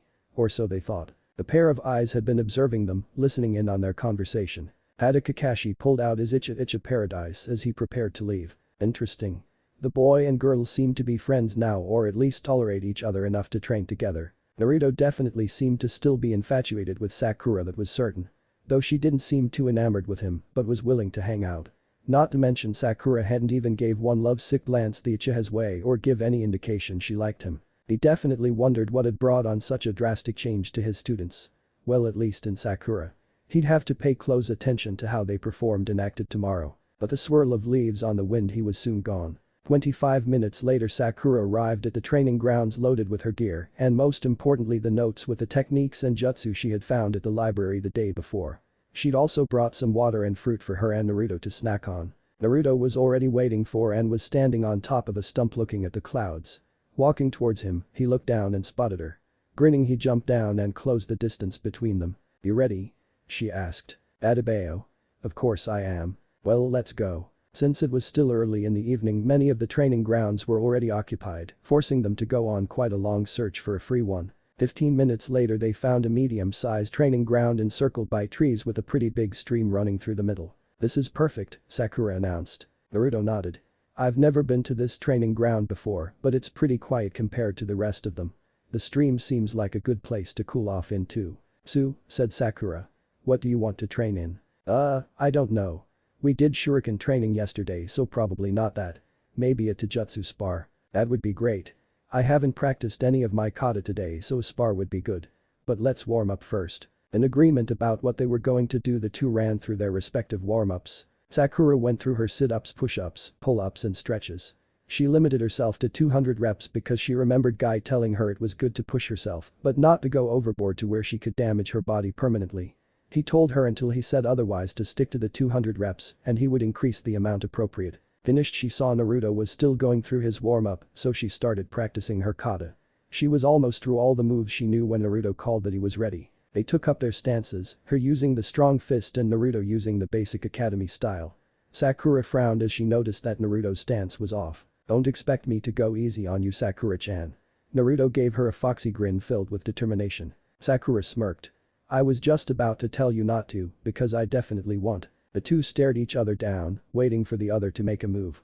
It went on for several minutes until Sakura, feeling confident, initiated the first move. Charging forward, she aimed a kick at his chest that he blocked with a crossguard, pushing her back in the process. Naruto took a swipe at her head which she dodged, then had caught his follow-up punch with an open fist that she quickly let go of. Sakura countered with an elbow strike at his trachea which he dodged but left him open to receive a punch to the gut. Naruto made an sound in pain as air rushed out of his lungs. Sakura's elation at landing the first blow was short-lived as Naruto quickly recovered, sending a punch that connected with her cheek. The blow stung, and Sakura had to acknowledge Naruto's strength, but it wasn't near as bad as the pain Guy and Lee could deliver with their blows. Shaking off the pain, she moved to counter, but had to dodge a flurry of kick and punches from Naruto that put her on the defensive. As they continued to fight, Sakura began to notice that many of Naruto's stances were either poor or completely wrong. It was his mistakes that allowed her to easily exploit his openings and land as many hard hits as she could. She thought about pointing them out in the middle of their fight, but decided to save it for after, since this was a spar and not a lesson. While she managed to keep up with him and had less openings to give, his superior strength and speed compared to hers gave him the edge. He could easily break through her guard, attack faster than she could and dodge much quicker. Though she was getting beat, she enjoyed the fight as much as she did with Guy-sensei and Lee. It was an exhilarating experience, feeling the adrenaline coursing through her body and attacking with everything she had. Sakura could see Naruto was enjoying the spar just as much as she was, along with giving the same amount of effort as she did. There was a fiery determination in his gaze. Breathing heavily, Sakura prepared her last assault. She gauged it had been about an hour since they started and she was feeling quite fatigued. While she knew she could go longer, she wanted to stop so she would have enough energy to practice at least a couple of the jutsu and techniques she'd found, and she could see Naruto wasn't tired in the least. While his breathing had gotten a little heavier, he wasn't anywhere near as tired as she was. She would have to knock him out to end this in her favor. Either an uppercut to the chin or a blow to the temple should do it. Or even a well-placed roundhouse would work. Sakura weighed her options carefully. She knew knocking out Naruto wouldn't be easy. Many a time he had taken a pounding without going down for the count, but the least she could do was give it a try. Dodging a kick to the abdomen, she grabbed Naruto's leg, using the momentum to turn him around. She kicked his exposed back, forcing him towards the ground. Sakura moved to deliver a blow to the back of the head, but Naruto, apparently sensing this, rolled out of the way as he fell to the ground. Quickly scrambling to get back up, he clumsily dodged her next attack and those preceding it as she tried to land a hit to his head. He managed to break her offensive by grabbing one of her arms and grappling her over his shoulder where she landed hard on the ground. Dazed by the impact, it took her a moment to recognize her surroundings. When her vision finally cleared, she saw Naruto standing over her with a worried expression. "Are you alright, Sakura-chan? Did I throw you too hard? Is your head okay?" Sakura shook her head before slowly rising to a sitting position. Naruto crouched down beside her, eyes still full of worry. "I'm alright, Naruto, just a little dazed is all. Nothing to worry about." She gave him a reassuring smile. Naruto gave a sigh of relief before smiling back at her. Then his brow furrowed. "Do you want to continue the spar or?" Sakura shook her head as she unsteadily stood up, accepting Naruto's help. "No, that's alright.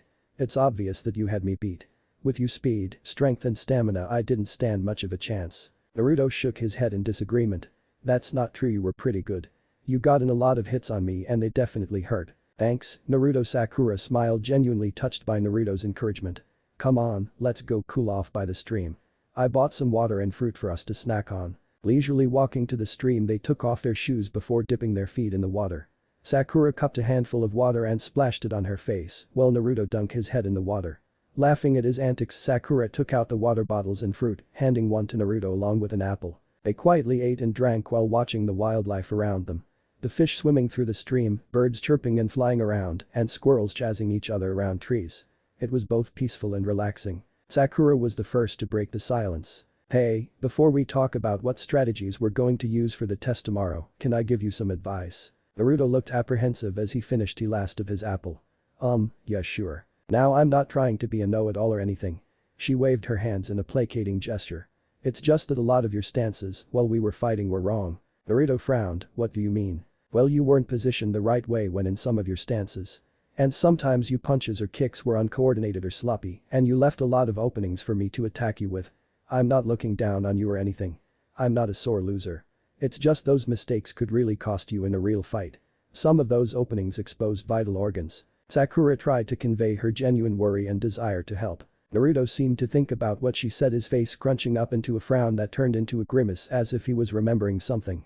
After a moment, he turned to her with a serious expression. "Could you show me what I did wrong?" Sakura nodded determinedly. "Of course." Standing up, she began to demonstrate the stances with him copying her and her correcting him where he was wrong. This went on for so long that Sakura didn't realize it until the sky was already darkening with the sun slowly sinking behind the horizon. She halted Naruto as he moved to demonstrate a much more coordinated high kick. "Look, it's getting late. I wanted to practice some new jutsu, but it's getting too dark for that. So do you want to discuss strategy over a ramen dinner?" She asked with a mischievous grin. She was pretty sure she knew what the answer would be. "Ramen? Dadabeo. You got a deal." An hour and a half later and Sakura trudged into her home mentally and physically tired. Strategizing with Naruto had been quite the experience. She had never known how brilliant he was with coming up with crazy but feasible tactics to the hypothetical scenarios they had thought up for tomorrow's test.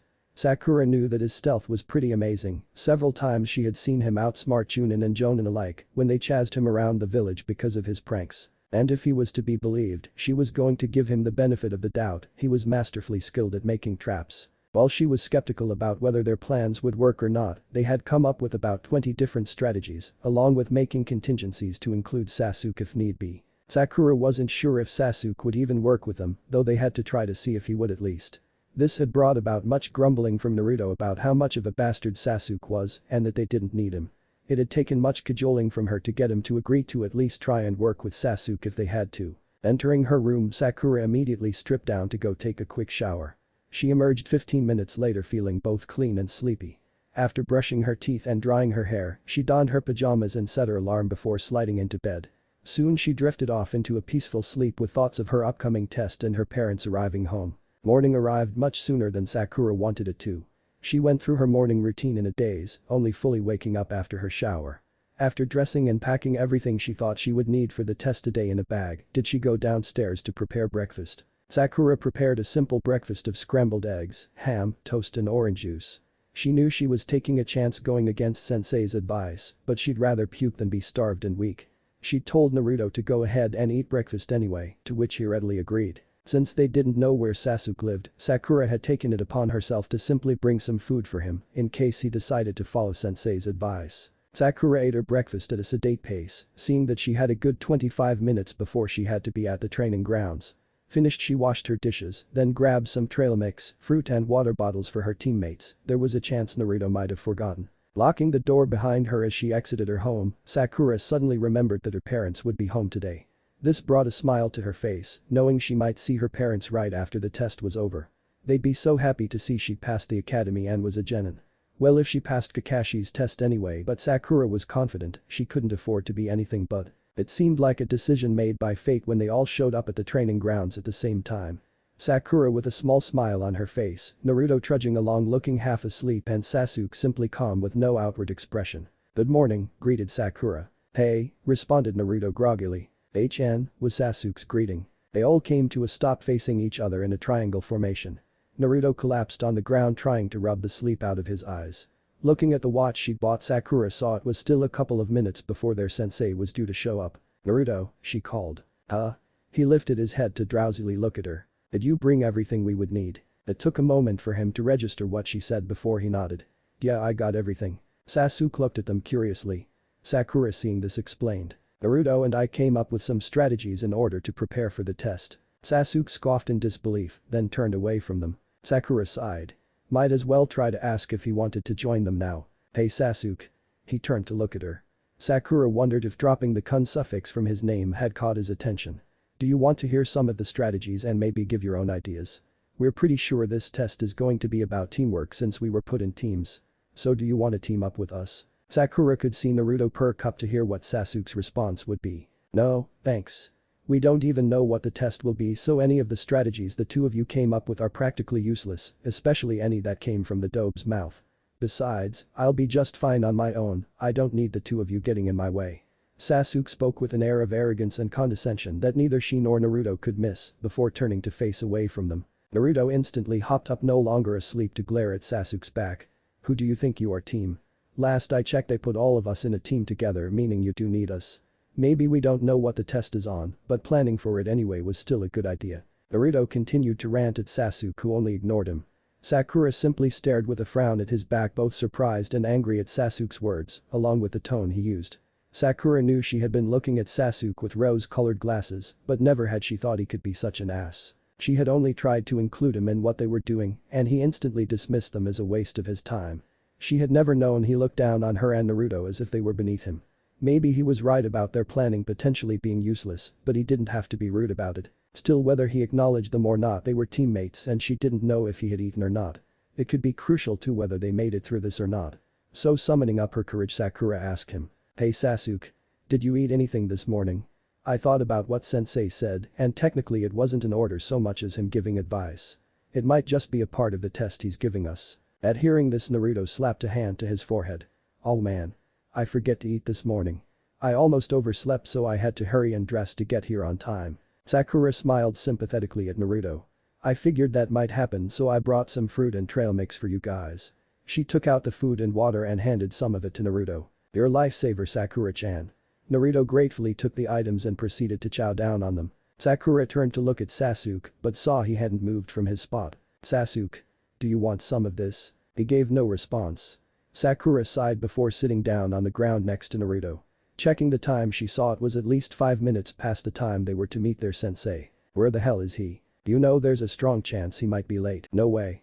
He wouldn't. He did it yesterday, didn't he?" Sakura let out a noise of indignation that startled Naruto and caused Sasuke to briefly look her way. "What's wrong, Sakura-chan?" asked Naruto past a mouthful of trail mix. Sakura made a mental note to have a talk with Naruto about his manners, cause him talking with his mouth full of food was just gross, and it wasn't the first time she had seen it. But if they were going to be on a team together for possibly years, then something needed to be done about that. "I just checked the time and it's already past when sensei was supposed to meet us." "So? Remember how late he was yesterday?" "Of course. The bastard was 3 hours late and made us owe." "Damn it. I know. If yesterday was anything to go by, we're probably going to be waiting for him just as long. Man. Would we have to get the lazy sensei? I have no idea. Still, we might as well put our time to good use." Sakura took out her notes and flipped to the page about how to release Genjutsu. Naruto, finishing his food, asked what she was doing. Sakura explained that she was trying to learn the release jutsu to dispel Genjutsu. Interested at the idea of learning a jutsu, Naruto asked if he could learn it too. The next hour was spent with the two of them reading and testing the Genjutsu dissipation technique. Sakura found it quite easy as she'd rarely had trouble finding and guiding her chakra to do what she wanted it to. She was pretty sure she'd gotten it down on the first try and was mostly trying to shape her chakra around her form to avoid an unnecessary loss of chakra since she didn't have a lot to spare. It was difficult and tiring but was a fun challenge. Naruto on the other hand struggled to get the technique down. He had difficulty getting his chakra to pulse out of him in a wave as the technique demanded. Naruto's control was really horrendous, it was a miracle that he could make any jutsu work without it backfiring on him. Still he was making some progress as every now and then she could sense his chakra come out more strongly than the last time. Still even if he managed both of them wouldn't really know they were doing the technique right until they tried it while under a Jinjutsu, and even then they had to recognize they were under one. Eventually getting sick of this, well Naruto at least was, they moved to another technique in her notes which was tree walking. Naruto had wanted to move on to learning Jinjutsu, but Sakura managed to talk him out of it. Learning how to cast Jinjutsu didn't seem like a good idea if you didn't know how to break them. Besides, he really needed the chakra control, and it never hurt for her to further refine her control. They set themselves a time limit of an hour and a half doing this before they would stop and go over their plans. They both picked the tallest thickest trees they could find to start with. Sakura first examined the tree she was going to walk up. She recalled from her notes that some barks on trees required more chakra at the feet in order to get a grip and stay there. Trees with smooth bark required more chakra in order to avoid sliding off, while those with rough bark didn't require as much, but you had to steadily adjust your chakra due to the unevenness of the bark. Forming the correct hand sign, Sakura directed her chakra to her feet, putting more of it on her heels than anywhere else since they supported more of her weight. She placed one foot on the bark and felt it stick but slide slightly. Adding a bit more chakra, Sakura felt her foot stay firm. Satisfied, she moved to place her other foot when she heard a loud crash. Looking over, she saw Naruto had fallen hard on his back, almost his neck, and was wheezing from having the air knocked out of him. Naruto. Sakura abandoned her tree and went over to see if he would be okay. By the time she reached him, he was sitting up trying to regain his breath. "Are you going to be okay, Naruto?" he responded moments later after catching his breath. "I'm okay, Sakura-chan. Just a little fall." Heh. Sakura rolled her eyes. "You idiot, that wasn't a little fall. You need to be more careful. Remember what my note said, it's recommended you test the chakra you need at your feet on the tree first before you try and run up it. You could have broken your neck." Naruto adopted a sober look. "I'm sorry. I didn't mean to make you worry. I was just so excited to learn something new I kinda got ahead myself." Naruto rubbed the back of his neck sheepishly. Sakura sighed before giving Naruto a kind but stern look. "That's fine, just be more careful." Looking at his tree, she saw no indentation showing he had used too much chakra, so he must have used too little. "Summon more chakra to the soles of your feet, but not too much or the bark will explode. Try a little at a time till you feel yourself sticking more firmly." Naruto nodded with a grin. "Thanks, Sakura-chan." Leaving Naruto to try again, she moved to try her first attempt again. Out of the corner of her eye she saw Sasuke looking at them with interest. Sakura felt herself blush a bit but pushed her embarrassment away to focus on the task at hand. Channeling her chakra again, Sakura began to take her first steps up the tree. 10 steps up, Sakura began to feel elated. Tree walking was turning out to be a lot easier than the scroll said it would. Every now and then she had to adjust her chakra and account for the bark's roughness and moving out of the way of tree branches in her path, but otherwise it was smooth sailing. Before she knew it, she had run out of room to put her feet. Feeling giddy, she looked down to see was at least a few dozen feet off the ground. Her teammates looked so much smaller from this viewpoint. After taking a few more seconds to enjoy the view, she walked back down. Sakura looked over at Naruto to see him make it almost halfway up his tree before falling back down to the ground, but more gracefully than last time. She saw he was using a kunai to mark his progress. Glad to see he was also getting the hang of it, Sakura resumed walking up and down her tree.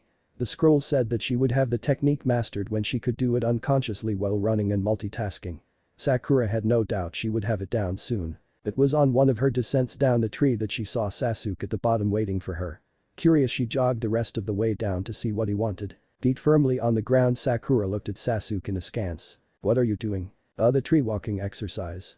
"Why?" Sakura was a bit confused. Sasuke didn't know what they were doing. He always seemed to be ahead of everyone in the academy. "Show me how to do it," he demanded with determination. Sakura was all set to explain it to him when a thought occurred to her.